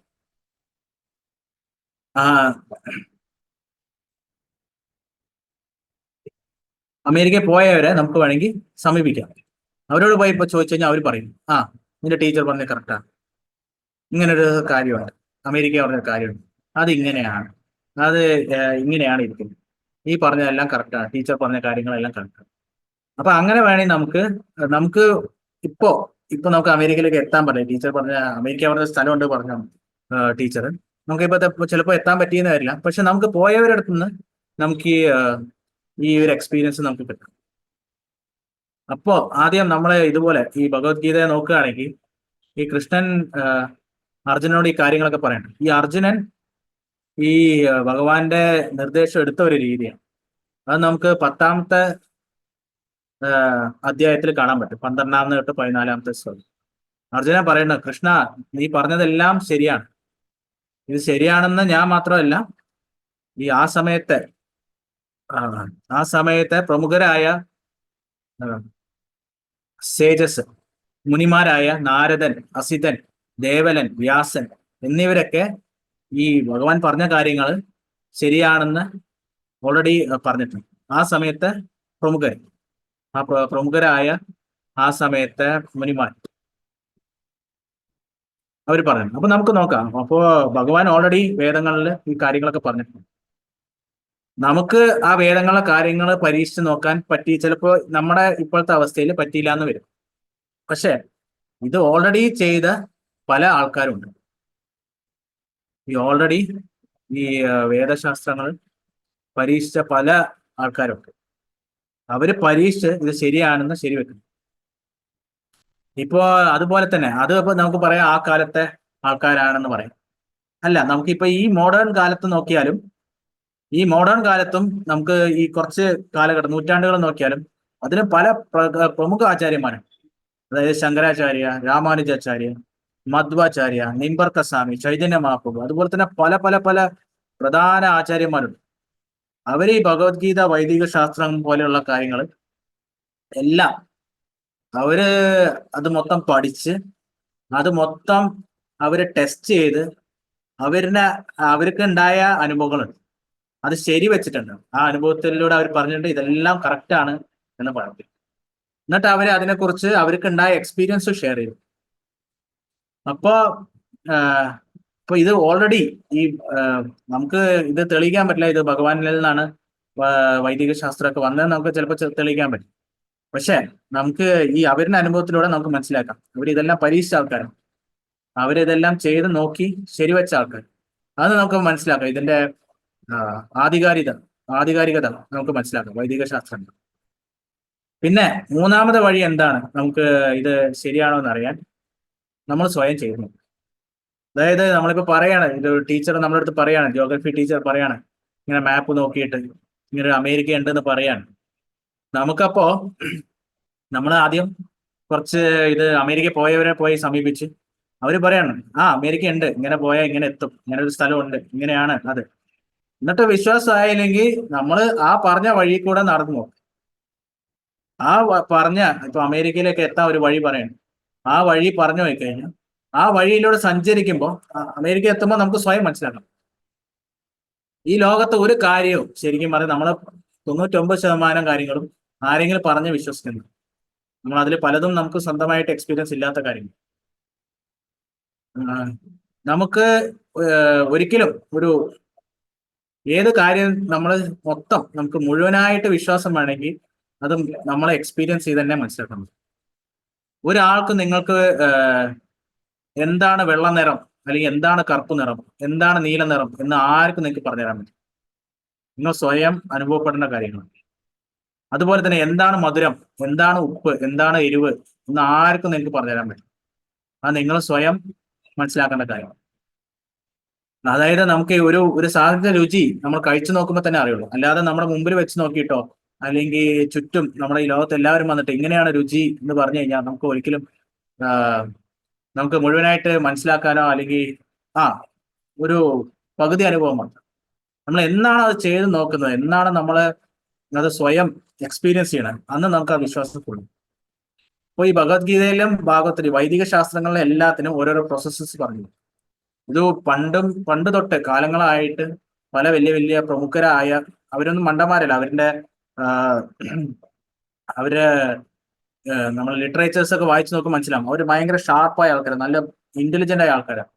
അവരുടെ പുസ്തകങ്ങളൊക്കെ വായിച്ചു കഴിഞ്ഞാൽ നമുക്ക് മനസ്സിലാവും അവരെല്ലാവരും ഈ ഭഗവത്ഗീത ഫോളോ ചെയ്തിട്ടുണ്ട്. അത് അവര് ശരിവെച്ചിട്ടുണ്ട്, അത് ചെയ്ത് അവർക്ക് അനുഭവം ഉണ്ടായ കാര്യങ്ങളാണ് അവർ പറയുന്നത്. അപ്പൊ നമ്മളും ആ വഴിയിലൂടെ പോകുമ്പോൾ നമുക്കും അതേ അനുഭവങ്ങൾ ഉണ്ടാവും. അങ്ങനെ നമുക്ക് പറയാം ഈ വൈദിക ശാസ്ത്രങ്ങൾ കറക്റ്റാണ്. നമുക്ക് ചിലപ്പോ ഈ വൈദിക ശാസ്ത്രങ്ങളിലെ പ്രക്രിയകൾ കുറച്ച് സമയമെടുക്കുന്നതായിരിക്കും. ഇപ്പൊ ഞാൻ പറയാണ്, ഇപ്പൊ ഡൽഹിക്ക് പോകണം, ഈ കേരളത്തിൽ നിന്ന് ഡൽഹിക്ക് പോകണം. ഓക്കെ ശരി, കുറെ ആൾക്കാർ ഓൾറെഡി ഡൽഹിയിൽ പോയിട്ടുണ്ട്, അവരൊരു വഴി പറഞ്ഞിട്ടുണ്ട്, ഇങ്ങനെ പോയാൽ നമുക്ക് എത്താൻ പറ്റും എന്ന് പറയുന്നത്.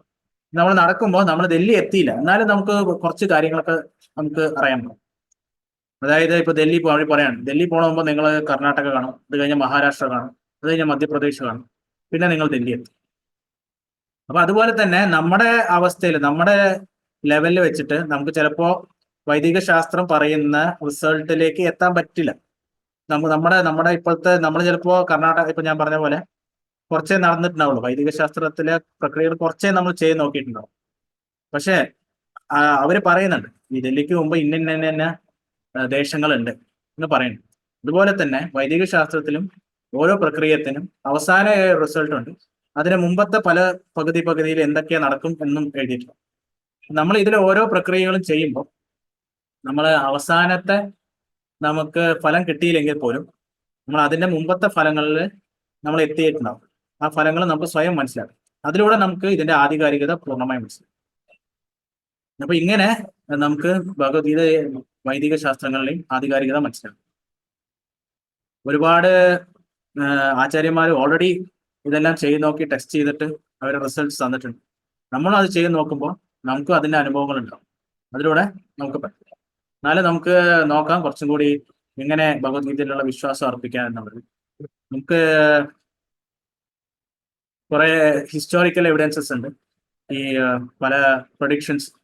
അതായത് നമ്മുടെ വൈദിക ശാസ്ത്രത്തിൽ ഇതൊക്കെ നടക്കണം മുമ്പേ, വൈദിക ശാസ്ത്രം ഒരുപാട് മുമ്പത്തെയാണ്. എന്നാലും അതില് പല പേഴ്സണാലിറ്റീസ് ജന്മം ഇങ്ങനത്തെ ആൾക്കാർ ജന്മം എടുക്കുന്ന എഴുതി വെച്ചിട്ടുണ്ട്. അതിലൂടെ നമുക്ക് മനസ്സിലാക്കാം. പിന്നെ അതുപോലെ ഹിസ്റ്ററി നോക്കാം. ഇത്രയും കാലം നമ്മൾ വെറും രാമായണവും മഹാഭാരതമൊക്കെ വെറും കെട്ടുകഥയാണ്, ഇത് വെറുതെ ആൾക്കാര് പണ്ടത്തെ മുനിമാരുണ്ടാക്കി വെച്ച ഓരോ കഥകളാണ്. അങ്ങനെയൊന്നല്ല. അത് ആ പറഞ്ഞ കഥകൾ അനുസരിച്ചുള്ള ഓരോ സ്ഥലത്ത് നമ്മൾ പോയിട്ട് ആർക്കിയോളജിക്കലി ചെയ്യുമ്പോൾ അവിടെ അങ്ങനെ ഒരു കാര്യങ്ങളുണ്ട്. ഈ പ്രത്യേകിച്ച് ഈ ദ്വാരക, കൃഷ്ണൻ ജീവിച്ചിരുന്ന ദ്വാരക, അത് ഇത്രയും കാലം കൃഷ്ണനെല്ലാം മിത്താണ്, ഇങ്ങനെ ഒരു കാര്യമില്ല, വെറും സാങ്കല്പിക കഥാപാത്രമാണ്, അങ്ങനെയൊന്നല്ല. നമ്മള് നോക്കുമ്പോൾ ദ്വാരകയില് പറയണ്ടേ ആ പ്രകാരം ദ്വാരക കടലിന്റെ അടിയിൽ മുങ്ങിപ്പോയിട്ടുണ്ട്. അവര് അത് ചെയ്ത് ആർക്കിയോളജി ചെയ്യുമ്പോൾ അവിടെ ആ പഴയ ആ കൊട്ടാരങ്ങളുടെ പല അസ്തിത്വങ്ങളും നമുക്ക് അവിടെ നിന്ന് കാണാൻ പറ്റും. അപ്പൊ ഇതിലൂടെ നമുക്ക് പറയാം, ഈ പറഞ്ഞതൊന്നും വെറുതെ അല്ല, ഇതൊക്കെ പറയുന്നത് സത്യങ്ങളാണ് ഈ ഗ്രന്ഥങ്ങളിലൊക്കെ എഴുതി വെച്ചത്. പല സത്യങ്ങളും നമുക്ക് തെളിയിക്കാൻ പറ്റില്ല, കാരണം നമ്മുടെ കഴിവിന്റെയും അപ്പുറത്താണ്. ഇത് കാരണം പലതും തെളിയിക്കാൻ പറ്റില്ല. പക്ഷെ നമ്മൾ ആ പ്രക്രിയ ഫോളോ ചെയ്യുന്നതനുസരിച്ച് അതിന്റെ ചെറിയ ചെറിയ റിസൾട്ട്സ് നമുക്ക്, പ്രക്രിയ മുഴുവനായി നമ്മൾ കംപ്ലീറ്റ് ചെയ്യുമ്പോൾ അതിന്റെ ഫുൾ റിസൾട്ട്സ് ഉണ്ട്. അപ്പൊ ഇതിലൂടെ നമുക്ക് മനസ്സിലാക്കാം ഈ കാര്യങ്ങളൊന്നും വെറുതെ ഒരു എഴുതി വെച്ചതോ ഒന്നുമല്ല. അത് ഭയങ്കര സയന്റിഫിക് ആയ ഭയങ്കര സത്യമുള്ള കാര്യങ്ങൾ എന്നുള്ള കുറച്ച് നമുക്ക് വിശ്വാസം. ഇനി അടുത്തത്, ഇനി പ്രധാനപ്പെട്ട കാര്യം, നമ്മൾ എങ്ങനെ ഭഗവത്ഗീത അല്ലെങ്കിൽ വൈദിക ശാസ്ത്രം നമ്മൾ എങ്ങനെയാണ് സ്വീകരിക്കേണ്ടത്, എവിടെ നിന്നാണ് സ്വീകരിക്കേണ്ടത്? അതായത് ഇതിനെ ഞാനൊരു എക്സാമ്പിൾ ആയിട്ട് പറഞ്ഞു. ഈ ഭഗവാൻ തന്നെ ഇതെല്ലാം ഭഗവത്ഗീതയിൽ പറയണ്ടേ, എങ്ങനെ നമ്മൾ ഭഗവത്ഗീത സ്വീകരിക്കും. അതായത് നമുക്കൊരു നമുക്ക് പറയാം, ഒരു മെഡിക്കൽ സയൻസ് അല്ലെങ്കിൽ മെഡിക്കൽ പഠനം അല്ലെങ്കിൽ എഞ്ചിനീയറിംഗ് പഠനം, എന്തൊരു സയന്റിഫിക് ആയ പഠനം പഠിക്കാൻ പോകുമ്പോൾ നമ്മൾ ഏതെങ്കിലും ഒരു ഭാഗത്ത് പോയി ചേരുകയല്ല. നമ്മൾ ആദ്യം നോക്കേണ്ട എവിടെയാണ് ഓത്തന്റിക് ആയ യൂണിവേഴ്സിറ്റി. പലവരും പലതും ഭഗവത്ഗീത, അതായത് ഈ എഞ്ചിനീയറിംഗിന്റെ പേരിൽ പല കോളേജും കാര്യങ്ങളുണ്ട്. നമ്മൾ ആരും അവിടെ പോയിട്ട് ആദ്യം പോയി ചേർന്നിട്ട് അങ്ങനെ, ആദ്യം ആ കോളേജ് ശരിയായ ഒരു, അതായത് ആധികാരികതയുള്ള ഒരു യൂണിവേഴ്സിറ്റി ആയിട്ട് ബന്ധപ്പെട്ടതാണോ, അങ്ങനെ ആധികാരികതയുള്ള യൂണിവേഴ്സിറ്റി ഉള്ള കോളേജിലാണ് നമ്മൾ എല്ലാവരും പഠിക്കാം. അല്ലെങ്കിൽ നമുക്ക് പഠനം മുഴുവനാവില്ല. അവർ എഞ്ചിനീയറിംഗിന്റെ പേരിൽ പലതും പഠിപ്പിക്കാം, പല മണ്ടത്തരം പഠിപ്പിക്കാം, പല ശരിയായ നമുക്ക് എഞ്ചിനീയർ ആയിന്നും വരില്ല. അപ്പോ അതുപോലെ തന്നെ വൈദിക ശാസ്ത്രത്തിനും കുറച്ച് ആധികാരികതയായ കാര്യങ്ങളുണ്ട്. നമ്മൾ ഒരു വൈദിക ശാസ്ത്രം എവിടുന്നെങ്കിലും നമ്മൾ നേടണമെന്ന് ആഗ്രഹിക്കുന്നുണ്ടെങ്കിൽ നമ്മൾ ആദ്യം നോക്കേണ്ടത് ഇങ്ങനത്തെ പല കാര്യങ്ങളുണ്ട്. അപ്പോ ഭഗവാൻ ഇവിടെ 4-ാമത്തെ അധ്യായത്തിൽ ആദ്യം പറയുന്നത് എങ്ങനെയാണ് ഭഗവത്ഗീത അല്ലെങ്കിൽ വൈദിക ശാസ്ത്രം നമ്മൾ നേടണമെന്ന്. അതിന് ഭഗവാൻ പറയുന്നത് ഇതുപോലെ, ഞാൻ പറഞ്ഞ പോലെ നമുക്ക് ഏതൊരു ഭൗതിക അറിവും നേടണമെങ്കിൽ അതിൻ്റെതായ യൂണിവേഴ്സിറ്റീസ് അവിടെ പോയാൽ നേടണം. അതേപോലെ തന്നെ ഭഗവാൻ പറയുന്നുണ്ട് നമുക്ക് വൈദിക ശാസ്ത്രം നമ്മൾ സ്വീകരിക്കണം, അതുപോലത്തെ നമ്മളെ ഗുരുശിഷ്യ പരമ്പരകൾ, ആ കറക്റ്റായ ഗുരുശിഷ്യ പരമ്പരയിൽ പോയിട്ട് വേണം നമ്മൾ ഈ ഭഗവത്ഗീതയുടെ അറിവ് നേടാൻ. ഭഗവാൻ ഇത് 4-ാമത്തെ അധ്യായത്തിലെ 2-ാമത്തെ ശ്ലോകത്തിലെ പറയും. അപ്പോ ആ ഗുരുശിഷ്യയുടെ പരമ്പരയുടെ പ്രകൃതം എങ്ങനെയായിരിക്കണം വെച്ച് കഴിഞ്ഞാൽ, ആ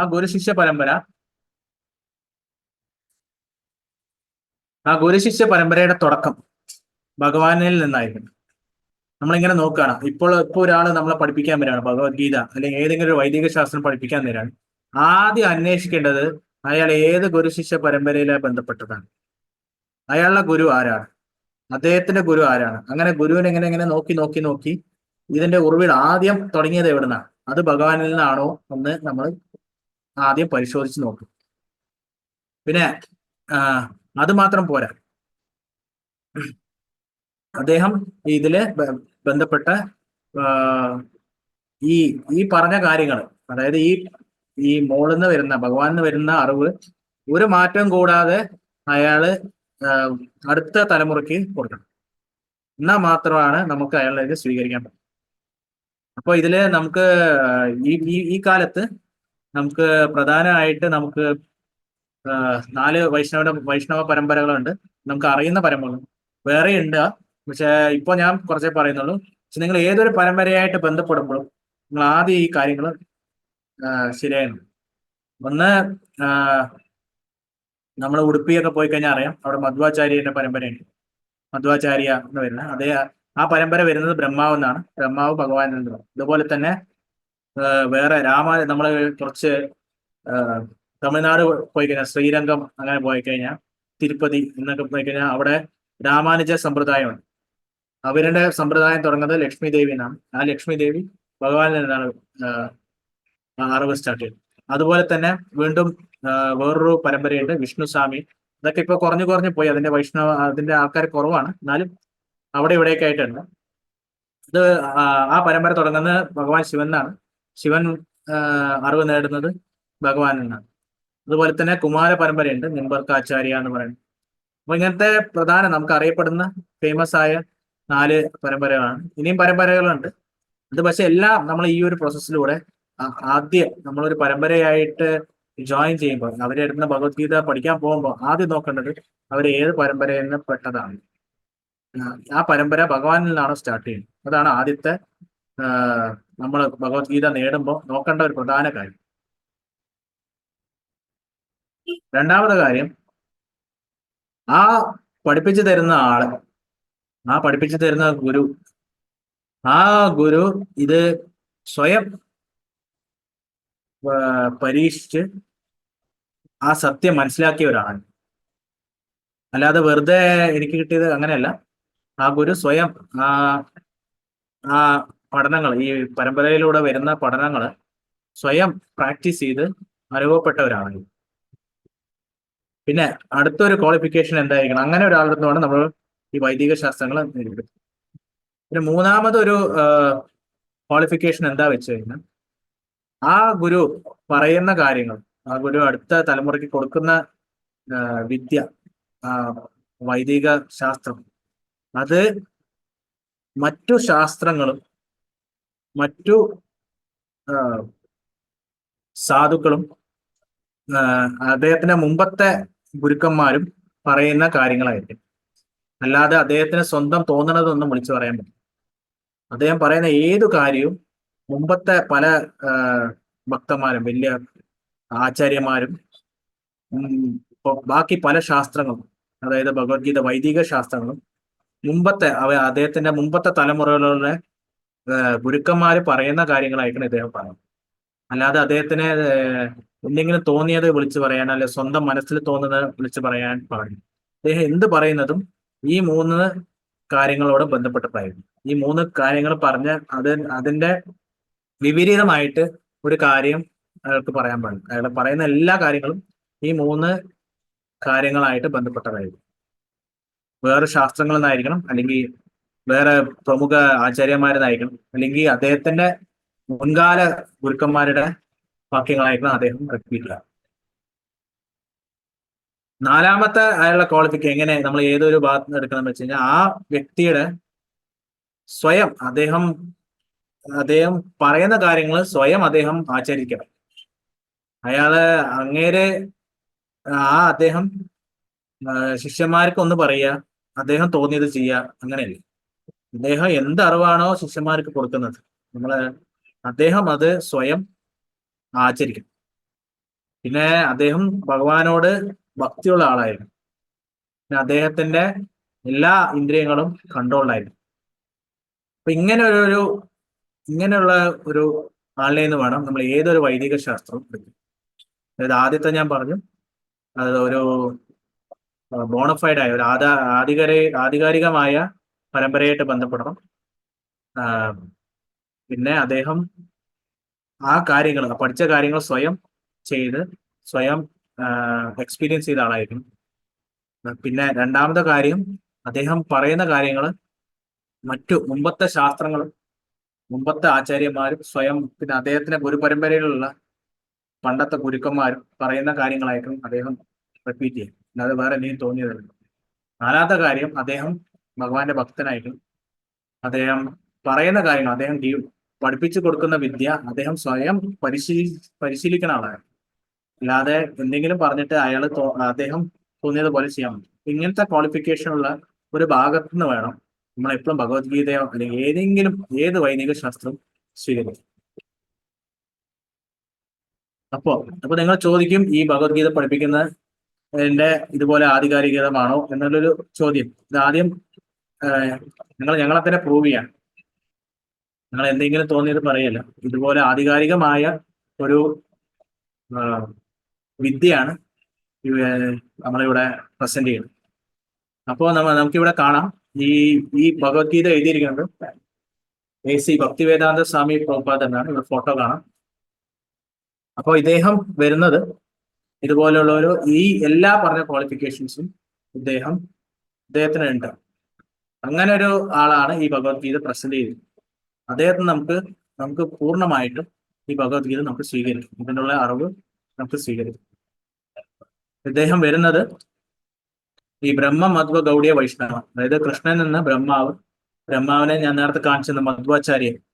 അങ്ങനെ ബ്രഹ്മാവ്, നാരദൻ, വ്യാസൻ, മധ്വാചാര്യ, ഉടുപ്പി മധ്വാചാര്യൻ, ആ പരമ്പരയിൽ വരുന്ന ഒരു ആചാര്യനാണ് ഈ ഭക്തി വേദാന്ത സ്വാമി പ്രഭുപാദ്.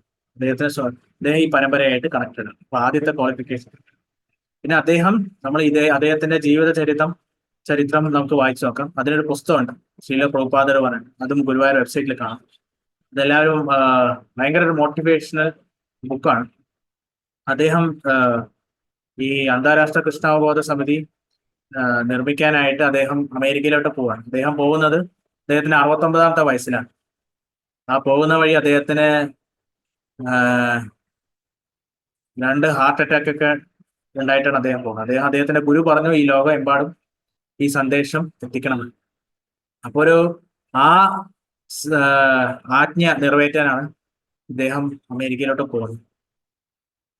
അപ്പൊ നമുക്ക് നോക്കിക്കഴിഞ്ഞാൽ അദ്ദേഹത്തിന്റെ ഈ ജീവിത ചരിത്രമുണ്ട്. അദ്ദേഹത്തിന്റെ ആ യാത്രയും, എത്ര കഠിനകരമായ യാത്രയും, പിന്നെ അവിടെ പോയിട്ടുള്ള അദ്ദേഹത്തിന്റെ കഷ്ടതകൾ, അമേരിക്കയിൽ പോയിട്ട് അദ്ദേഹം എത്രത്തോളം കഷ്ടപ്പെട്ടു. ആ കഷ്ടതയിലും അദ്ദേഹം ഇത്രയും സക്സസ്ഫുൾ ആയ അദ്ദേഹം ശരീരം വിട്ടിട്ട് പോലും ഇത്രയും കാലങ്ങളായി നിലനിൽക്കുന്ന ഒരു സ്ഥാപനം, അത് വേറൊന്നും നമുക്ക് കാണാൻ കഴിയില്ല. അദ്ദേഹം പോയിട്ട് ഇപ്പൊ 50 കൊല്ലം കഴിഞ്ഞു. ഇപ്പോൾ 50 കൊല്ലമായിട്ട് ഭയങ്കര സജീവമായി ഈ ലോകം എമ്പാടും സ്പ്രെഡായ ഒരു മൂവ്മെന്റ് ആണ് ഹരേ കൃഷ്ണ പ്രസ്ഥാനം. ആ ഒരു മൂവ്മെന്റ് അദ്ദേഹം ഉണ്ടാക്കിയത്. അതിന്റെ ഒരു കഥ വളരെ മോട്ടിവേഷണലാണ്. എനിക്ക് ആ പുസ്തകം വായിച്ചു നോക്കും. അപ്പോൾ നമുക്കിത് നോക്കിക്കഴിഞ്ഞാൽ ആ ബുക്സിലൊക്കെ വായിച്ചു കഴിഞ്ഞാൽ അദ്ദേഹത്തിന്റെ കൂടെയുള്ള ആൾക്കാരും പിന്നെ അതുപോലെ അവരുടെ അനുഭവങ്ങൾ അവർ ഷെയർ ചെയ്യും. അപ്പൊ അതിന് പറയണ്ട്, ഈ അദ്ദേഹം പറഞ്ഞ എല്ലാ വിദ്യയും അദ്ദേഹം സ്വയം ആചരിച്ചുകൊണ്ടിരുന്നു. അദ്ദേഹം പറയുന്ന എല്ലാ കാര്യങ്ങളും നമുക്കിപ്പോ നോക്കിക്കഴിഞ്ഞാൽ അദ്ദേഹം ഒരുപാട് ലെക്ചേഴ്സ് കൊടുത്തിട്ടുണ്ട്, ഒരുപാട് കാര്യങ്ങളുണ്ട്.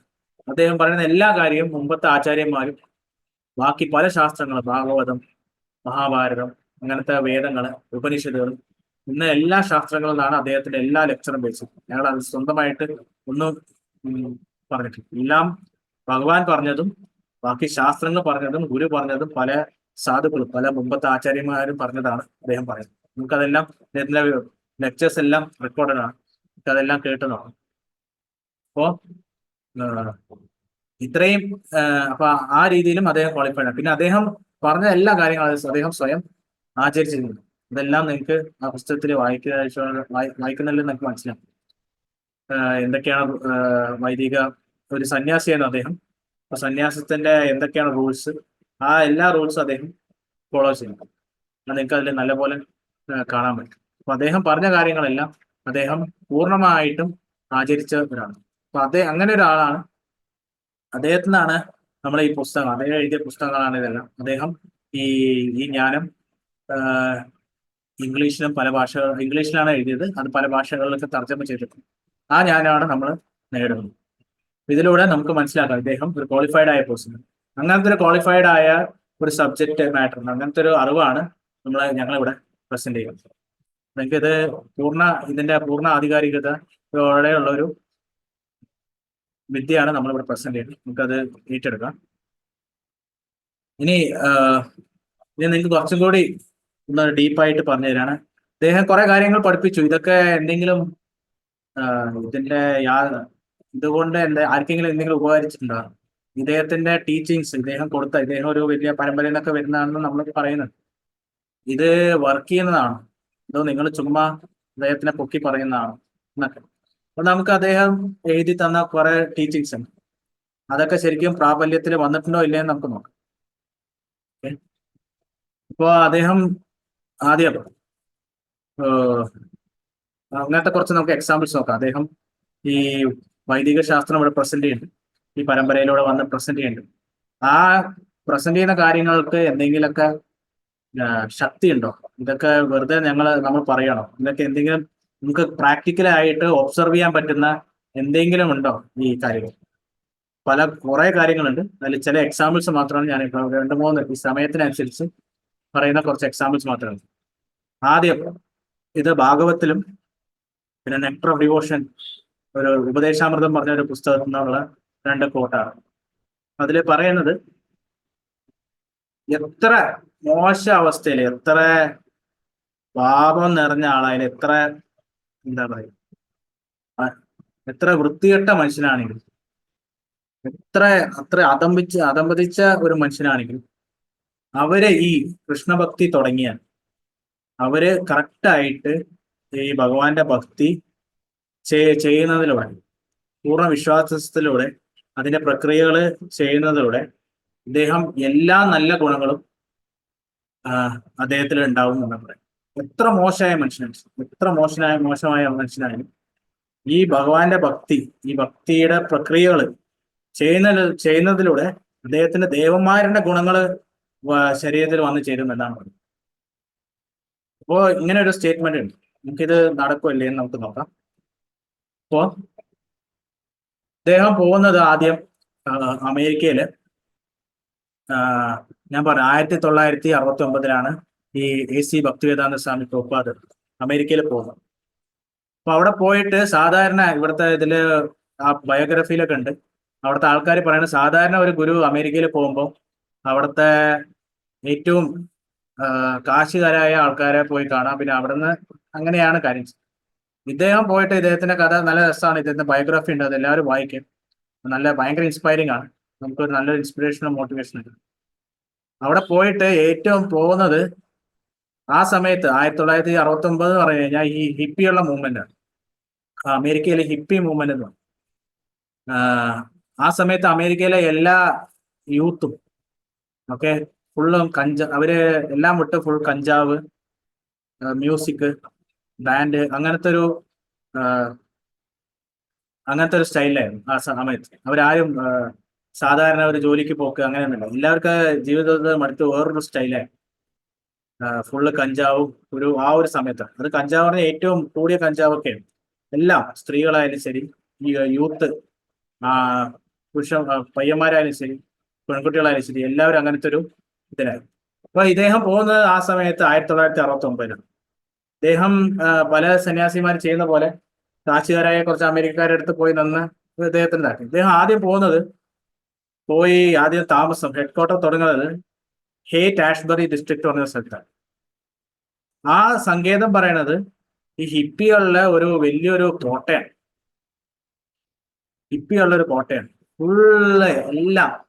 ഫുള്ള് കള്ളും കഞ്ചാവും അങ്ങനത്തെ ഒരു മോശമായ ഒരു സ്ഥലമാണ്. അത്രയും നല്ല വിവരം, ഈ യൂത്തൊന്നും സാധാരണ യൂത്തല്ല, നല്ല പഠിപ്പും വിവരമുള്ള യൂത്താണ്. അവരെല്ലാം അത് വിട്ടിട്ട് ഈ ഒരു ലൈഫ് സ്റ്റൈലിലേക്ക് പോയി. ഇദ്ദേഹം ആദ്യം പോകുന്ന അങ്ങനത്തെ ഒരു സ്ഥലത്താണ്. ഇദ്ദേഹത്തിന്റെ ഈ മൂവ്മെന്റ് സ്റ്റാർട്ട് ചെയ്യുന്നത് അങ്ങനത്തെ ഏറ്റവും ഒരു മോശമായ ഒരു സ്ഥലത്ത്. അദ്ദേഹം അവിടെ പോയി അദ്ദേഹം ഈ ഭക്തി ഇൻട്രൊഡ്യൂസ് ചെയ്തു. ഭഗവാൻ ശ്രീകൃഷ്ണന്റെ ഈ ഭക്തി മൂവ്മെന്റ് അവിടെയാണ് അദ്ദേഹം തുടങ്ങുന്നത്. അദ്ദേഹം അവിടെ ആൾക്കാർക്ക്, അവിടത്തുള്ള പയ്യന്മാർക്ക്, അവിടത്തുള്ള യൂത്ത് ജനറേഷന് ഈ ഭക്തി എന്താന്ന് പഠിപ്പിച്ചു കൊടുത്തു, നാമജപം എന്താന്ന് പഠിപ്പിച്ചു കൊടുത്തു, ഈ വൈദിക ശാസ്ത്രങ്ങളിലെ എല്ലാ പ്രക്രിയകളും പഠിപ്പിച്ചു. ആ പ്രക്രിയ ചെയ്തിട്ട് ഇവര് എല്ലാം നിർത്തി. അവര് ഏറ്റവും മോശമായ അവസ്ഥയില്ല. അവര് കുളിക്കൂല, പല്ലേക്കുമില്ല, രാവിലെ തൊട്ട് കഞ്ചാവ് അടിച്ച് അവിടെ എവിടെയും കിടന്ന് അങ്ങനത്തെ ഒരു മെന്റാലിറ്റി ആയിരുന്നു. അവരിതെല്ലാം നിർത്തി രാവിലെ 4 മണിക്ക് എണീറ്റ് കുളിച്ച് പൂജ ചെയ്ത് നാമം ചൊല്ലി ഭഗവാന് ഭക്ഷണം ഉണ്ടാക്കി പ്രസാദം വെച്ച് ജോലിക്ക് പോയി. അത്രയും ക്ലീൻ ആൻഡ് ഏറ്റവും ബെസ്റ്റ് ആയ ജെന്റിൽമാൻ. അങ്ങനെ ഈ പ്രക്രിയ ഈ വെറും 2-3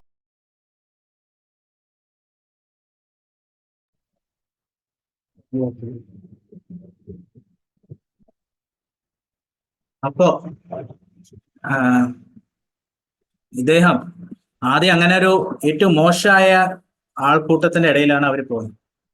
അവിടെ പോയിട്ട് ഏറ്റവും മോശമായ ജനങ്ങളെ ഇദ്ദേഹം ഈ ഭക്തിയോഗയിലൂടെ ഏറ്റവും ബെസ്റ്റ് ആയ ജനങ്ങൾ, ഇതിൽ പലവരും ഈ പല ആൾക്കാരും അന്നത്തെ പല ആൾക്കാർ ഇപ്പോഴും ജീവിച്ചിരിക്കുന്നുണ്ട്.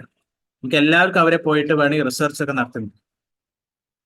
അതായത് ഇതിൽ പല ആൾക്കാർ നിങ്ങൾ പോയി കഴിഞ്ഞാൽ ഇപ്പോൾ ഏറ്റവും ബെസ്റ്റ് അവര് എനിക്കൊക്കെ സ്വയം അനുഭവമുള്ളതാണ്. ഏറ്റവും ബെസ്റ്റായ അവരുടെ പെരുമാറ്റം എല്ലാം ഏറ്റവും ബെസ്റ്റായ ആൾക്കാർ. അവരെ സ്വയം പറയാം അവരെങ്ങനെയായിരുന്നു മുമ്പ്, ഈ ഭക്തി മൂവ്മെന്റിൽ വന്നിട്ട് അവരെങ്ങനെയായി മാറി എന്നാണ് അവർക്ക് കാണാൻ. ഇനി അടുത്തത്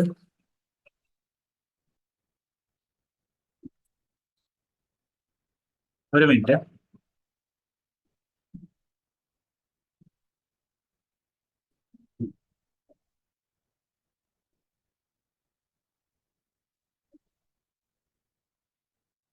ഏറ്റവും ബെസ്റ്റായ ജെന്റിൽമാൻ ആയിട്ട് അവർ മാറ്റി.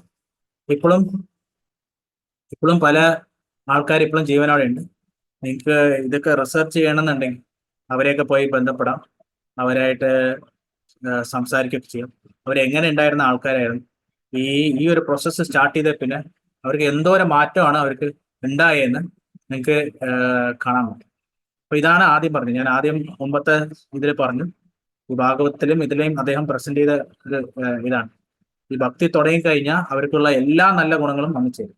അത് നമുക്ക് പ്രാക്ടിക്കലി കാണാൻ പറ്റുന്ന ഒരു കാര്യമാണ്. ഇനി അടുത്തത് രണ്ടാമതൊരു കാര്യം പറയണം. പിന്നെ അടുത്തത് ഇത് ഭാഗവത്തിൽ തന്നെ അടുത്തൊരു ഇതാണ്. അതായത് ഈ ഹരേ കൃഷ്ണ മഹാമന്ത്രം അല്ലെങ്കിൽ ഈ മന്ത്രജപം. ഓക്കെ, ഒരാളെ ജപിച്ചു തുടങ്ങിക്കഴിഞ്ഞാൽ അദ്ദേഹത്തിന് യാതൊരു തര ക്ഷീണവും ഉണ്ടാവില്ല.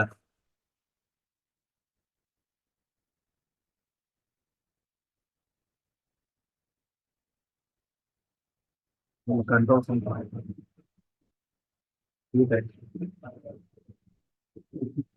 അവർക്ക് യാതൊരു തര ക്ഷീണം ഉണ്ടാവില്ല എന്ന് പറയും. അത് നമുക്ക് കാണാം. ഈ ഹരേ കൃഷ്ണ പ്രസ്ഥാനത്തിന്റെ നമുക്കൊരു ജസ്റ്റ് റിസർച്ച് ചെയ്ത് കഴിഞ്ഞാൽ നമുക്ക് കാണാൻ പറ്റും. ഇവര് രാവിലെ 4 മണി തൊട്ട് 4:30 തൊട്ട് ഇവരുടെ പ്രോഗ്രാമാണ് വൈകുന്നേരം വരെ. ഇവര് ഇത് നോക്കിക്കഴിഞ്ഞു കഴിഞ്ഞാൽ അവരുടെ മിക്ക പരിപാടികളിലും ഇവരൊരു കാര്യമാണ്. അതായത് അവരെ മെയിനായ കാര്യം പറഞ്ഞാൽ ഈ ഹരേ കൃഷ്ണ മഹാമന്ത്രം ജപം. രാവിലെ 4:30 തൊട്ട് അവരുടെ പൂജ തൊട്ട് പിന്നെ അവരുടെ 4:30ക്ക് ഒരു പൂജയുണ്ട്, അതിന് അവര് പ്രാർത്ഥനകളുണ്ട്, അതിൽ അവര് ഹരേ കൃഷ്ണ മഹാമന്ത്രം ആയിരിക്കും ചെയ്യും. പിന്നെ അതിനുശേഷം അവർ എല്ലാ ദിവസവും രാവിലെ അവർക്ക് 2 മണിക്കൂർ ജപമുണ്ട്, അതും ഹരേ കൃഷ്ണ മഹാമന്ത്രം. അത് കഴിഞ്ഞു കഴിഞ്ഞാൽ ബാക്കി ഏതൊരു അവരുടെ പൂജ ഇതായാലും അവരൊരു 95% ഇവര് ഹരേ കൃഷ്ണ മഹാമന്ത്ര ജപമാണ് ഇവര് മിക്കതും. അപ്പൊ അവർക്ക് ഈ ഒരേ ജപം നമ്മൾ പിന്നെ പല ഭക്തന്മാരുണ്ട്. പല ഭക്തന്മാരും ഒരു ദിവസം 8-10 മണിക്കൂറാണ് ഈ ഹരേ കൃഷ്ണ മഹാമന്ത്രം ജപിക്കുന്നത്. 8-10 മണിക്കൂർ. അപ്പൊ നമ്മള് ഒരു കൗതുകകരമായ ഒരു കാര്യമാണ്.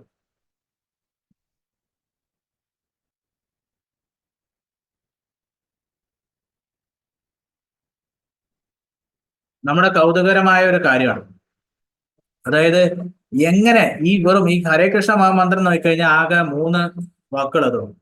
ഹരേ കൃഷ്ണ കൃഷ്ണ കൃഷ്ണ ഹരേ ഹരേ, ഹരേ രാമ രാമ രാമ ഹരേ, ഹരേ കൃഷ്ണ രാമ. ഈ 3 വാക്കുകൾ കൊണ്ട് ഈ മന്ത്രം അവർക്ക് എങ്ങനെ ഇത്രയും മണിക്കൂർ അവർക്ക് ഇത് ചൊല്ലാൻ പറ്റും? അവർക്കൊന്ന് ബോറടിക്കില്ല. നമ്മള് വേറൊരു എക്സാമ്പിൾ നോക്കാം. നമ്മളിപ്പോ പറയാം, നമുക്ക് ഏറ്റവും ഇഷ്ടമുള്ള ഒരു പാട്ടിന്റെ ആദ്യത്തെ വരി ഒരു പാട്ടിന്റെ ആദ്യത്തെ വരി നമുക്ക് എത്ര മണിക്കൂർ ചൊല്ലിക്കൊണ്ടിരിക്കും? ഒരു ദിവസം ചിലപ്പോൾ ഒരു മണിക്കൂർ 2 മണിക്കൂർ നമ്മൾ പാടി പാടി പോകും. ഈ ഒരു കൊല്ലം 365 ദിവസവും ഒരു 3 മണിക്കൂർ 4 മണിക്കൂർ വീതം ഒരു പാട്ടിന്റെ ആദ്യത്തെ വരിയിൽ തന്നെ പല വാക്കുകളുണ്ട്. ആ ആദ്യത്തെ വരിയിലെ പല വാക്കുകളും നമുക്ക് എത്ര തവണ ചൊല്ലിക്കൊണ്ടിരിക്കും. ശരി പോട്ടെ, അത് 360 ഒരു കാലങ്ങളോളം വർഷങ്ങളോളം ഇത് ചെയ്താണ്. നമുക്കത് ഒരിക്കലും സാധ്യമല്ലാത്ത കാര്യം. പക്ഷെ ഈ മന്ത്രത്തിന്റെ ഒരു പ്രത്യേകത, ഒരു അത്ഭുതത എന്ന് വെച്ച് കഴിഞ്ഞാൽ, ഈ ഹരേ കൃഷ്ണ മുഹമ്മദ് ആകെ 3 വാക്കുള്ളൂ. ഹരേ കൃഷ്ണ കൃഷ്ണ കൃഷ്ണ ഹരേ ഹരേ, ഹരേ രാമ രാമ രാമ ഹരേ. ഇതവര് പല രീതിയിൽ പല ട്യൂണിൽ പാടുന്നുണ്ട്. അവര് ഡെയിലി ജപം ചെയ്യുന്നുണ്ട്. അവർക്ക് ഇത്ര മടുത്തിട്ടില്ല. അവര് ഡെയിലി ഇത്ര മണിക്കൂർ കണക്കിന് എല്ലാ ദിവസവും കുറെ വർഷങ്ങളായിട്ട് ചെയ്യും. അവർക്ക് ഇതുവരെയായിട്ട് മടുത്തിട്ടില്ല. ഇതാണ് ഒരു മന്ത്രത്തിന്റെ ഒരു മിസ്റ്ററി എന്ന് പറയുന്നത്. ഈ മന്ത്രം എങ്ങനെ ഇത്രയും മണിക്കൂർ കണക്കിന് ചൊല്ലിയിട്ട് അവർക്ക് ഒരു മടുപ്പ് വരുന്നു. അപ്പൊ ഇതിനെയാണ് അതീന്ദ്രിയമായ ശബ്ദം അതീന്ദ്രിയമായ വൈബ്രേഷൻ എന്ന് പറയുന്നത്. അപ്പോ ഇത് നമുക്ക് ശരിക്കും ഇത് കാണാൻ പറ്റും. അദ്ദേഹം പറയുന്നത് ഈ മന്ത്രം ഒരിക്കലും മടുപ്പില്ല. അത് അദ്ദേഹത്തിന്റെ ഈ ഹരേ കൃഷ്ണ മൂവ്മെന്റിലുള്ള ഒരുവിധ എല്ലാ ഭക്തന്മാരും ഇത് ചെയ്യുന്നതാണ്. അപ്പൊ നമ്മൾ റിസർച്ച് ചെയ്ത് കഴിഞ്ഞാൽ ഇത് സത്യമാണ്. ഇത് ആർക്കൊരു മടുപ്പേ തോന്നില്ല. ഈ മന്ത്രം എപ്പോഴും ചൊല്ലിയിട്ടും ആർക്കൊരു മടുപ്പോ ഒരു ഇതും തോന്നില്ല. എല്ലാ മണിക്കൂറും എല്ലാ ദിവസവും വർഷങ്ങളോളം ചെയ്യുന്ന കുറെ ഭക്തന്മാരാണ്. അപ്പൊ ഇതൊരു അത്ഭുതം തന്നെയാണ് ഈ മന്ത്രം. നമുക്ക് വേറൊരു നമ്മൾ പറയാം, നമ്മൾ 3 വാക്ക് Coca Cola Pepsi, Coca Cola Coca Cola cola cola coca coca, coca Pepsi Pepsi Pepsi coca coca. ഇങ്ങനെ നമ്മളൊരു വെറുതെ ഒരു 2 ഫ്രെയിം ഉണ്ടായി. നമുക്കിത് എത്ര കാലം ഇങ്ങനെ ചൊല്ലാൻ പറ്റും? നമുക്ക് പറ്റില്ല. അതും നമുക്ക് ഇതുപോലെ വർഷങ്ങളോളം എല്ലാ ദിവസവും ഇത്ര മണിക്കൂർ വെച്ച് ചൊല്ലാം. 1-2 പേർക്ക് ചിലപ്പോൾ പറ്റിയെന്നില്ല. ഇത്രയും അത് നമ്മളെ ഇതിപ്പോ നോക്കുകയാണ്, ഈ മന്ത്രജപം നോക്കുകയാണ് വെച്ചാൽ ശരി പോട്ടെ, ഇതിപ്പോ ഇന്ത്യക്കാർക്കാണ് അല്ലല്ല. ഈ പല രാജ്യത്തും പല ആൾക്കാരും ദിവസം ചെയ്യുന്ന കാര്യങ്ങൾ, അത് പല മണിക്കൂർ കണക്കും ഈ മന്ത്രജപം. അവർക്ക് ഒരിക്കലും മടുപ്പ് വരില്ല. ഈ ഒരേ വാക്കുകൾ വീണ്ടും വീണ്ടും വീണ്ടും വീണ്ടും റിപ്പീറ്റ്. ഇതൊരു അത്ഭുതം തന്നെയാണ്. അപ്പൊ ഇദ്ദേഹത്തിന്റെ ടീച്ചിങ്സിന് ഇത് കാണാൻ പറ്റും. നമുക്ക് സ്വയം പ്രാക്ടിക്കലി റിസർച്ച് ചെയ്ത് നമുക്കത് മനസ്സിലാക്കാൻ പറ്റും. ഇനി 3ാമത്തെ കാര്യം വെച്ച് കഴിഞ്ഞാൽ, നമ്മൾ ക്ലാസ്സിന്റെ ആദ്യം പറഞ്ഞു ഭഗവത്ഗീതയിലെ ഒരു പ്രധാനപ്പെട്ട കാര്യം എന്തുകൊണ്ടാണ് ഭഗവത്ഗീതയുടെ ആവശ്യം. ഭഗവാൻ കൃഷ്ണൻ പറയണ്ടേ, ഈ ഭഗവത്ഗീത ഒരാൾ അപ്ലൈ ചെയ്യുമ്പോൾ അദ്ദേഹം ഭഗവത്ഗീത ഒരാള് ജീവിതത്തെ അദ്ദേഹം ഒരു മാനസിക അവസ്ഥയിൽ ഏറ്റവും സന്തോഷം നിറഞ്ഞ ഒരു മാനസിക അവസ്ഥയിൽ, സന്തോഷവും സമാധാനവും അത്രയും സാറ്റിസ്ഫൈഡ് ആയ ഒരു മാനസിക അവസ്ഥയിൽ, ആ ഒരു അവസ്ഥയിൽ ഇത്ര വലിയ ബുദ്ധിമുട്ടും ഇത്ര വലിയ കഷ്ടത വന്നാലും ഇവരൊരിക്കലും പതറില്ല. അപ്പൊ ഇത് നമുക്ക് ആദ്യം സംശയം തോന്നി. നമുക്ക് അതിനെ കുറച്ച് തെളിവുകൾ കാണും. നമുക്ക് തെളിവുകളില്ല. നമ്മൾ ആദ്യം ഭഗവത്ഗീതയിൽ പറഞ്ഞു ഇത് നടക്കുമോ എന്നൊരു സംശയം. ഈ ഭഗവത്ഗീത ശരിക്കും പ്രാക്ടീസ് ചെയ്ത് നമ്മൾ അപ്ലൈ ചെയ്ത് കഴിഞ്ഞാൽ ഈ ലെവലിലേക്ക് എത്തുമോ? അത് വെറുതെ പറയുന്നതാണോ? അത് വെറുതെ പറയുന്നതാണോ? അപ്പൊ നമുക്ക് കുറച്ച് ഉദാഹരണങ്ങൾ പറയാം. അപ്പൊ ഈ ഭഗവത്ഗീത ഈ മൂവ്മെന്റിൽ തന്നെ, ഈ ഹരേ കൃഷ്ണ മൂവ്മെന്റിൽ തന്നെ പല ആൾക്കാരും ഈ ഭഗവത്ഗീത പഠിക്കും, പല ആൾക്കാർ ജീവിതത്തിൽ അപ്ലൈ ചെയ്തു. അവരെ കുറച്ച് ആൾക്കാരുടെ ജീവിതത്തിന്റെ കുറച്ച് സിറ്റുവേഷൻസ് നമുക്ക് പഠിക്കും.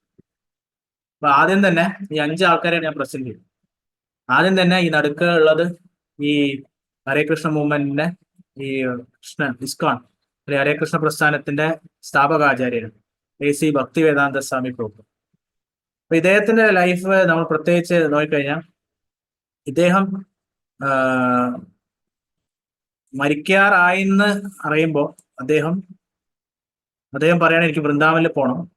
അദ്ദേഹം വൃന്ദാവനിൽ പോയിട്ട് അദ്ദേഹം പൂർണ്ണമായിട്ടും എല്ലാതര ഭക്ഷണങ്ങളും എല്ലാതര ജലമെല്ലാം അദ്ദേഹം ഫുള്ളായിട്ട് ഫാസ്റ്റ് ചെയ്യാൻ തുടങ്ങി. ഫാസ്റ്റ് ചെയ്യാൻ പറഞ്ഞാൽ ഭക്ഷണമൊന്നും കഴിക്കാതെ നിർജ്ജലമായിട്ട് അദ്ദേഹം ഫാസ്റ്റ് ചെയ്യാൻ തുടങ്ങി. അദ്ദേഹത്തിന്റെ അപ്പോൾ ആ ശരീരം മൊത്തം ആക്ച്വലി ഓൾറെഡി ആൾക്ക് അദ്ദേഹത്തിന് പ്രായമായതിന്റെ കുറെ ബുദ്ധിമുട്ടുണ്ട്. ആ കൂട്ടത്തിൽ അദ്ദേഹം ഫുള്ളായി ഫാസ്റ്റ് ചെയ്യാൻ തുടങ്ങി. അപ്പൊ നിങ്ങൾക്ക് കാണാം അദ്ദേഹത്തിന്റെ വീഡിയോസ് ഒക്കെ ഉണ്ട്. ഇതിന്റെ ലാസ്റ്റ് മൂമെന്റ്സ്, മരിക്കാറാവുന്ന കുറച്ച് മാസങ്ങൾക്കുള്ള മുമ്പത്തെ അവസാനങ്ങളിലെ വീഡിയോ ഒക്കെ യൂട്യൂബിലൊക്കെ കാണാം. അദ്ദേഹം ഈ അവസ്ഥയിൽ അദ്ദേഹം ആകെ സ്കിന്നൊക്കെ പൊട്ടി, ശരീരമൊക്കെ ആകെ ഇൻവാലിഡാണ്. ശരീരം ഒന്നും ചെയ്യാൻ പറ്റാത്ത ഒരു അവസ്ഥയിലൊക്കെയാണ്. പക്ഷെ അതിന്റെ അത്ഭുതം നോക്കിക്കഴിഞ്ഞാൽ അദ്ദേഹം ഒരിക്കലും പോലും അവിടെ സങ്കടപ്പെടുകയും ഒന്നുമില്ല. അദ്ദേഹം എപ്പോഴും ആനന്ദത്തിലൂടെ ഇത് നോക്കുകയാണ്. ഈ അവസാന നിമിഷം പോലും അദ്ദേഹം ഭാഗവതം, ശ്രീമദ് ഭാഗവതം ട്രാൻസ്ലേറ്റ് ചെയ്യാം. ഭഗവാൻ പറയുന്നുണ്ട്, ഈ ഭഗവത്ഗീത അപ്ലൈ ചെയ്യുന്ന ഒരാള് ഏറ്റവും സന്തോഷകരമായ ഒരു മാനസികാവസ്ഥയിലെത്തും. ആ മാനസികാവസ്ഥയിൽ എത്തുമ്പോൾ എത്ര വലിയ കഷ്ടപ്പാട് വന്നാലും അദ്ദേഹം പതറിലാണ്. അതിന്റെ ഒരു എക്സാമ്പിളാണ് നമുക്ക് ഇവിടെ കാണാൻ പറ്റും. അദ്ദേഹം ശരീരം ടോട്ടലി ഇൻവാലിഡ് ആണ്, പ്രായമായി. പിന്നെ അത് മാത്രമല്ല അദ്ദേഹം ഫുൾ ഫാസ്റ്റിംഗ് ആണ്. ശരീരം ടോട്ടലി ഇൻവാലിഡ് ആണ്, ഒരു മെഡിക്കൽ കണ്ടീഷനിൽ ടോട്ടലി ഇതാണ്. അദ്ദേഹം ഒരുപാട് സഫറിങ് ആണ്. അദ്ദേഹം ഒരിക്കൽ പോലും ഒരു ഭയങ്കര ഡിപ്രസ്ഡോ ഒരു ഇതുണ്ട്. അദ്ദേഹം ഫുള്ളി ഹാപ്പി. അദ്ദേഹത്തിന്റെ ലാസ്റ്റ് നിമിഷം പോലും അദ്ദേഹം ഈ ഭാഗവതം ട്രാൻസ്ലേറ്റ് ചെയ്യാൻ നോക്കുന്നത്. അത് നമുക്ക് കാണാൻ പറ്റും. അപ്പോൾ നമുക്ക് ഇതൊന്ന് മനസ്സിലാക്കാൻ പറ്റും, നമുക്ക് ആ മാനസിക നിലയിലെത്തും. അതുപോലെ തന്നെ ഈ അടുത്ത് വലതുവശത്ത് ഇവിടെ ജയപതാക സ്വാമി പറഞ്ഞു, ഇദ്ദേഹം ഇപ്പോഴും ജീവിച്ചിരിക്കുന്ന ഒരു എക്സാമ്പിൾ ആണ്. ഈ ഹരേ കൃഷ്ണ പ്രസ്ഥാനത്തിലുള്ള എല്ലാവരും ഈ ഭഗവത്ഗീത ഭാഗവതം ലോകമെമ്പാടും പ്രചരിപ്പിക്കാൻ ശ്രമിക്കുന്നതാണ്. ഈ ഹരേ കൃഷ്ണ പ്രസ്ഥാനം ഇത്രയും വലുതായത് എളുപ്പത്തിലൊന്നല്ല. ഒരുപാട് ആൾക്കാരുടെ കഷ്ടതയും ഒരുപാട് ആൾക്കാരുടെ പ്രയത്നം കൊണ്ട് തന്നെ ഉണ്ടായി. അപ്പൊ ഇദ്ദേഹം ഇതുപോലെ പല രാജ്യങ്ങളിലും, ഒരു രാജ്യത്ത് ഒരു തേർഡ് വേൾഡ് കൺട്രിയിൽ പ്രചരിപ്പിക്കാൻ പോയപ്പോൾ അവിടുത്തെ ഒരു കഞ്ചാവ് ഡ്രഗ് ഡീലർ എന്തോ, അവിടുത്തെ ഒരു കഞ്ചാവ് അടിച്ച ഒരു ക്രേസി, ഒരു സൈക്കോ ആയ ഒരാള് അദ്ദേഹത്തിനെ കത്തിയെടുത്ത് കുത്തിയിട്ട് അയാൾ ഓടി. അപ്പൊ അദ്ദേഹം ഒരു തേർഡ് വേൾഡ് കൺട്രി, അത്ര ഡെവലപ്ഡ് ആവാത്തൊരു കൺട്രിയാണ്. അപ്പൊ അദ്ദേഹം അവിടെ ഒരു ആശുപത്രിയിൽ പോയി. അദ്ദേഹത്തിന് അപ്പൊ ബ്ലഡ് മാറ്റണം എന്ന് പറഞ്ഞു. വേറെ ഏതോ ഒരു ഇൻഫെക്ഷൻ ആയ ഒരു ബ്ലഡ് ആണ് അദ്ദേഹത്തിന് കിട്ടുന്നത്. ആ ഒരു ഇതിലൂടെ അദ്ദേഹത്തിന് വേറെ കുറെ കോംപ്ലിക്കേഷൻസ് ഉണ്ടായി ബോഡി. നിങ്ങൾക്കിത് യൂട്യൂബിൽ നോക്കാം, ഇദ്ദേഹത്തിന്റെ ഇതേപ്പോഴുള്ള ജയപതാക. അപ്പൊ അദ്ദേഹത്തിന്റെ ഒരു സൈഡ് ഫുള്ള് പാരലൈസ്ഡ് ആണ് പിന്നെ അദ്ദേഹത്തിന്റെ എല്ലാ ഓർഗൻസും ഏകദേശം കേടായ ഒരു അവസ്ഥയാണ്. അപ്പോ അദ്ദേഹം, പക്ഷേ നിങ്ങൾ നോക്കാം യൂട്യൂബിൽ അദ്ദേഹത്തിന്റെ കുറെ വീഡിയോസ് ഒക്കെ, അദ്ദേഹം ക്ലാസ് കൊടുക്കുന്നുണ്ട്, അദ്ദേഹം കീർത്തനം, പല കാര്യങ്ങളുണ്ട്. അദ്ദേഹം ഇദ്ദേഹത്തിന്റെ കൂടെ ഇദ്ദേഹത്തിനെ നോക്കാൻ കുറെ ആൾക്കാരുണ്ട്, കുറച്ച് ശിഷ്യന്മാരൊക്കെ ഉണ്ട്. ഇദ്ദേഹത്തെ ഒരിക്കൽ പോലും ഇദ്ദേഹം സങ്കടപ്പെടുകയോ അല്ലെങ്കിൽ ഈ ഒരു അവസ്ഥയിലായ ഒരാളുടെ മാനസികാവസ്ഥ ഇന്ന് വരെ കണ്ടു. അദ്ദേഹം എപ്പോഴും ഹാപ്പിയാണ്. ഈ ഒരു അവസ്ഥയിൽ എപ്പോഴും ഹാപ്പിയാണ്. ഇപ്പോഴും ഈ ഭഗവത്ഗീത ഭാഗവതം എല്ലാവരും പ്രചരിപ്പിക്കാൻ ഇപ്പോഴും ഈ ശരീരത്തിലാണെങ്കിൽ പോലും ഫുൾ ആക്റ്റീവ്. ഇതിലുള്ള കൂടുതലുള്ള ശിഷ്യന്മാര് പറയാം, ഇതുവരെയായിട്ട് ഒരു സങ്കടമോ അല്ലെങ്കിൽ ഒരു ഇതോ ഈ രോഗികളെ ഇവർ ആശുപത്രിയിൽ പോകുമ്പോൾ ഇതുപോലെ പല രോഗികളുണ്ട്, അവരുടെ ഒരു മാനസികാവസ്ഥയും ഇവരെ കണ്ടിട്ട് കമ്പയർ ചെയ്യണം. ഇതുവരെയായിട്ട് ഒരിക്കൽ പോലും ഒരു സാധാരണ നമ്മളെ പോയ നോർമലായ ഒരാളെക്കാളും കൂടുതൽ ആക്റ്റീവും കൂടുതൽ സന്തോഷവും കൂടുതൽ ഹാപ്പി ആയ ആളാണ്. എനിക്കത് കാണാൻ പറ്റും. യൂട്യൂബിൽ പല വീഡിയോസ് ഉണ്ട്. ഈ ഒരു അവസ്ഥയിൽ പോലും അദ്ദേഹത്തിന്റെ ശരീരം തീരെ വർക്കില്ല, ഒരു യൂസ്ലെസ് ആണ്. എന്നാൽ ആ ശരീരം വെച്ച് അദ്ദേഹം full happy, full Josh, full ഇതിലൂടെ അദ്ദേഹം കുറെ കാര്യങ്ങൾ ഇപ്പോഴും ചെയ്യുന്നുണ്ട്. അപ്പോൾ ഇതാണ് ആ ഭഗവത്ഗീതയുടെ ആ സ്റ്റേറ്റ്മെന്റ്, ഭഗവാൻ പറയുന്ന സ്റ്റേറ്റ്മെന്റ് കറക്റ്റ് ആണെന്നുള്ള ഒരു തെളിവ്. പിന്നെ അതുപോലെ തന്നെ വീണ്ടും കുറെ എക്സാമ്പിൾസ് കാണാം. അടുത്ത ഈ ഇടതുവശത്ത് ഭക്തി തീർത്ഥ സ്വാമി എന്നൊരു പറയുന്ന അദ്ദേഹമുണ്ട്. അദ്ദേഹം ഇതുപോലെ സ്കിൻ ക്യാൻസറിന്റെ ഏറ്റവും ഉയർന്ന ഒരു ഇതുണ്ട്, മെലനോമ എന്ന് പറയുന്ന ഒരു ഇതാണ്. എന്നിട്ട് അദ്ദേഹത്തിന്റെ കാലൊക്കെ മുറിക്കേണ്ടി വന്നു.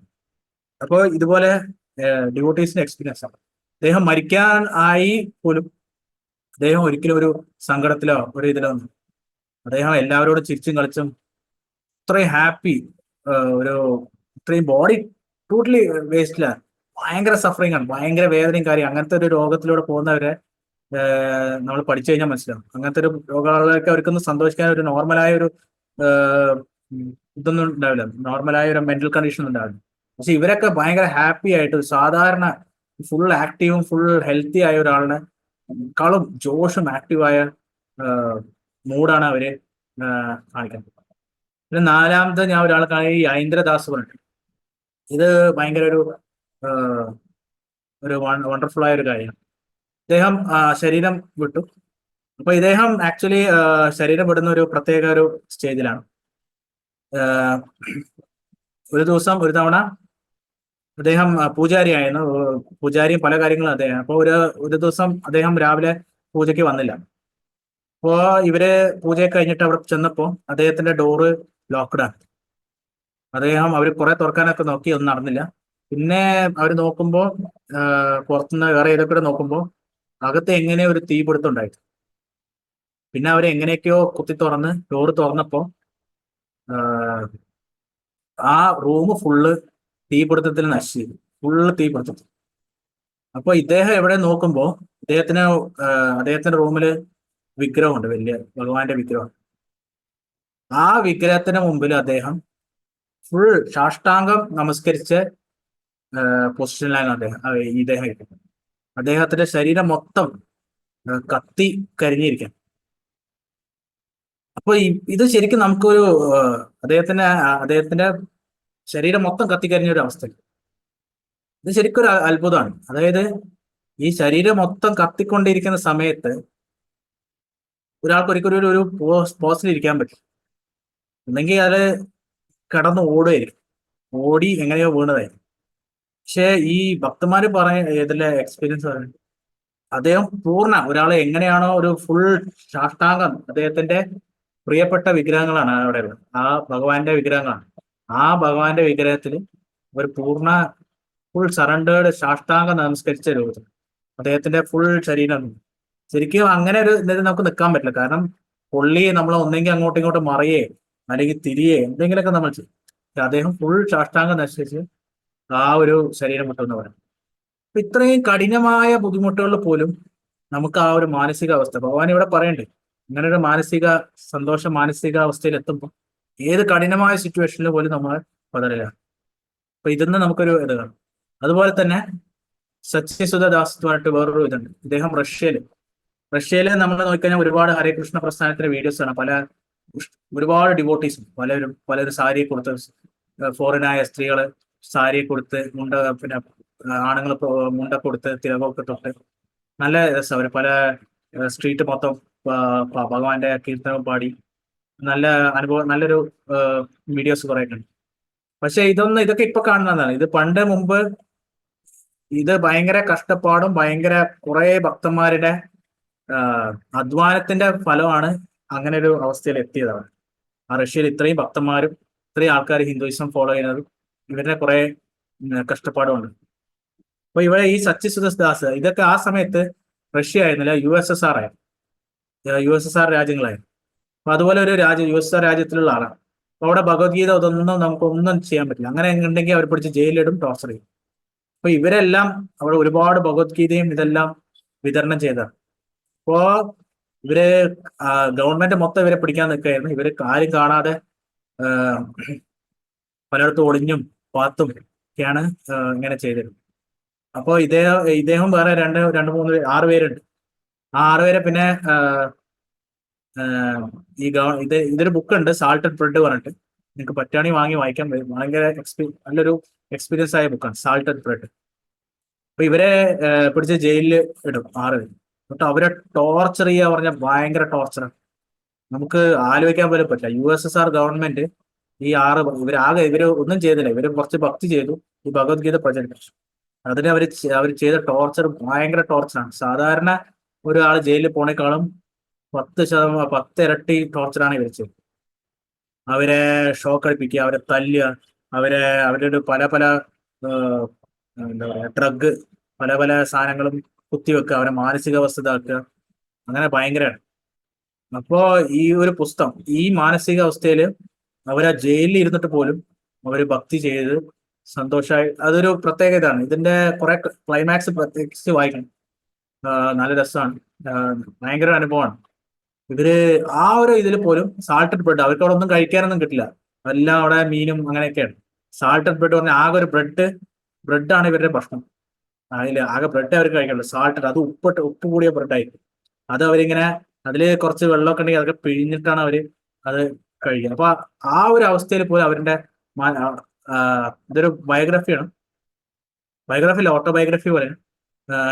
ആ ഒരു അവസ്ഥയിൽ അവര് അവിടെ ഭക്തിയും ചെയ്ത് ആ ജയിലിനകത്ത് ഭക്തിയും ചെയ്ത് അവിടത്തുള്ള ബാക്കി അന്തേവാസികളൊക്കെ ഇത് കണ്ട് കുറെ പേര് പിന്നെ ഭക്തിയിൽ ജോയിൻ ചെയ്തും ഭയങ്കര അപ്രീഷിയേറ്റ് ചെയ്യണം. അപ്പൊ അതിനൊരു നല്ലൊരു അനുഭവം, നല്ലൊരു പുസ്തകമാണ്. അത് എന്തായാലും വായിക്കണം. അതിന്റെ കൂടുതൽ ഞാൻ പറയും, അങ്ങനെ പറഞ്ഞ അതിന്റെ ആ ഒരു അതിന്റെ ക്ലൈമാക്സ് ഒക്കെ പോകും. അപ്പോൾ ആ ഒരു അവസ്ഥയിൽ പോലും അവര് ഭക്തി ചെയ്ത് സന്തോഷമായിട്ട് ഇരിക്കും. അപ്പൊ ഇതിലൂടെ നമുക്ക് ഇതാക്കാം, ഈ ഭഗവാൻ പറയുന്ന ഈ സ്റ്റേറ്റ്മെന്റ്, ഈ ഭഗവത്ഗീത ഒരാൾ അപ്ലൈ ചെയ്യുമ്പോൾ ഇവർക്ക് ഈ ഒരു മാനസികാവസ്ഥയിലേക്ക് എത്തിച്ചേരാൻ പറ്റും എന്ന് പറയുന്നതിന്റെ കുറച്ച് എക്സാമ്പിൾസ് ഉണ്ട്. ഇതുപോലെ നിങ്ങൾക്ക് ഈ ഹരേ കൃഷ്ണ മൂവ്മെന്റിൽ ഒരുപാട് ആൾക്കാരുണ്ട്, ഒരുപാട് ആൾക്കാർ.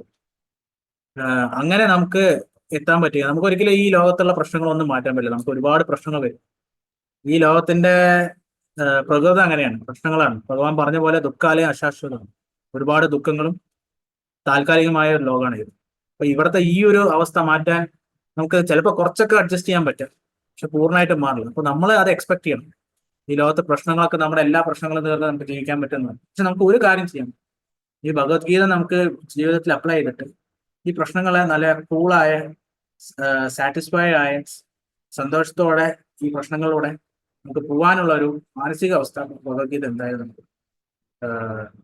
നമുക്ക് സമ്മാനിക്കും. അപ്പോൾ എല്ലാവരോടും അഭ്യർത്ഥനയാണ് ഈ ഭഗവത്ഗീത പഠിക്കാനായിട്ട് ശ്രമിക്കുക. ഈ ഭഗവത്ഗീത എന്തായാലും വായിക്കണം. ഈ യഥാരൂപ ഭഗവത്ഗീത എന്തായാലും ഒരു കോപ്പി മേടിച്ചും ഇത് വായിക്കണം. ഈ ക്ലാസ്, ഈ ബാക്കിയുള്ള വരാനുള്ള സെഷനിലൂടെ നമുക്ക് ഇത് കൂടുതൽ ഇതിലെ ടെക്നിക്കാലിറ്റീസ് പറഞ്ഞുതരാം. നിങ്ങൾക്ക് വായിക്കുമ്പോൾ ഭയങ്കര എളുപ്പമാവും മനസ്സിലാക്കാം. ചിലതൊക്കെ നമുക്ക് മനസ്സിലാക്കാൻ ചിലവർക്ക് ആദ്യം പുതിയതായിട്ട് വായിക്കുന്നവർക്ക് കുറച്ചൊരു ബുദ്ധിമുട്ടുണ്ടാവും. ആ ഒരു ബുദ്ധിമുട്ട് നീക്കുക എന്നാണ് ഈ കോഴ്സിന്റെ ഉദ്ദേശം. അപ്പോൾ ഇത് ലാസ്റ്റ് പറയാണ് ഗീത മഹാത്മ്യം എന്ന് പറയുന്നത്.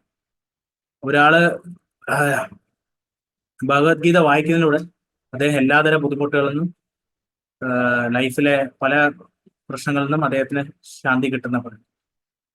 അദ്ദേഹത്തിന് ഒരു പേടിയും ഈ ജീവിതത്തിൽ പിന്നെ ഉണ്ടാവില്ല എന്ന് പറയും.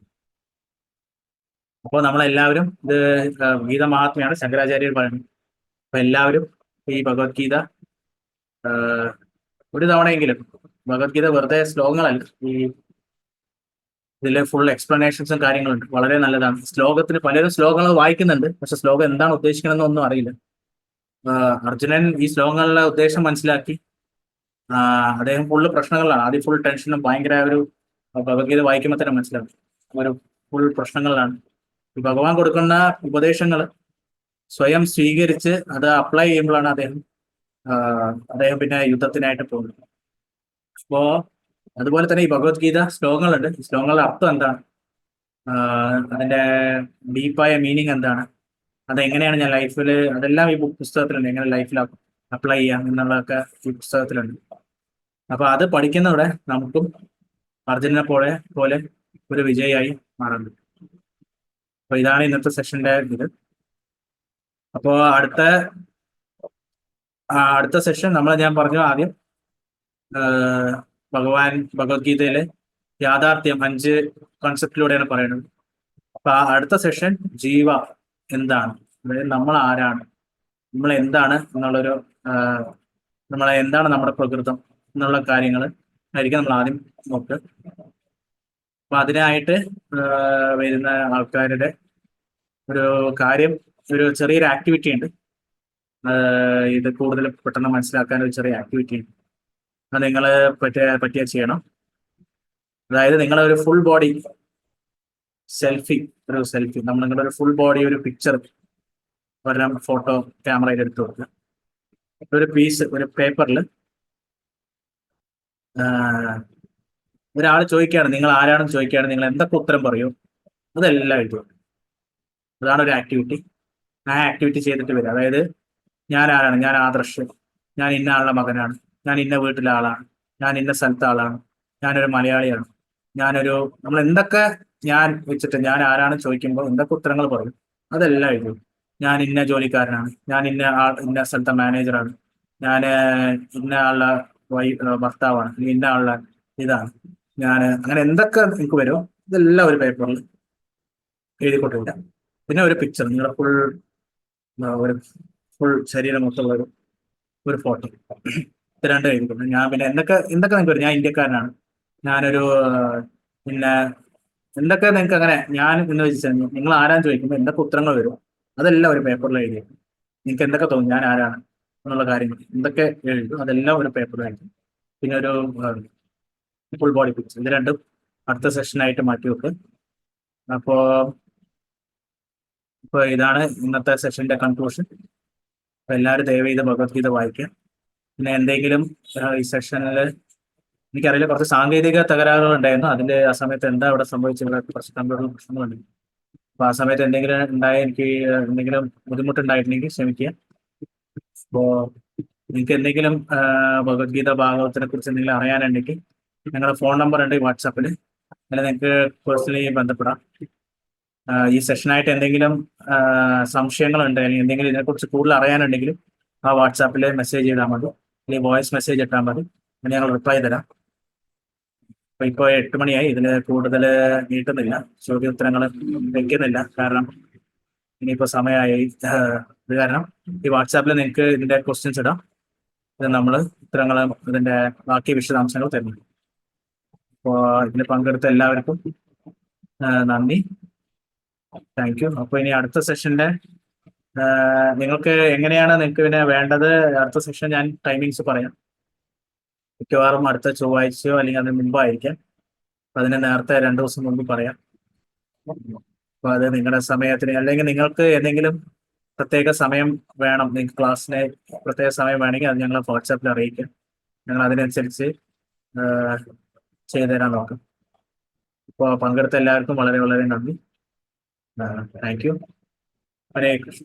അപ്പോൾ നമുക്കൊരു ഹരേ കൃഷ്ണ മഹാമന്ത്രത്തോടെ ആദ്യത്തെ സെഷൻ അവസാനിപ്പിക്കാം. ഹരേ കൃഷ്ണ കൃഷ്ണ കൃഷ്ണ ഹരേ ഹരേ, ഹരേ രാമ രാമ രാമ. അപ്പോൾ എല്ലാവർക്കും good night, thank you, Hare Krishna.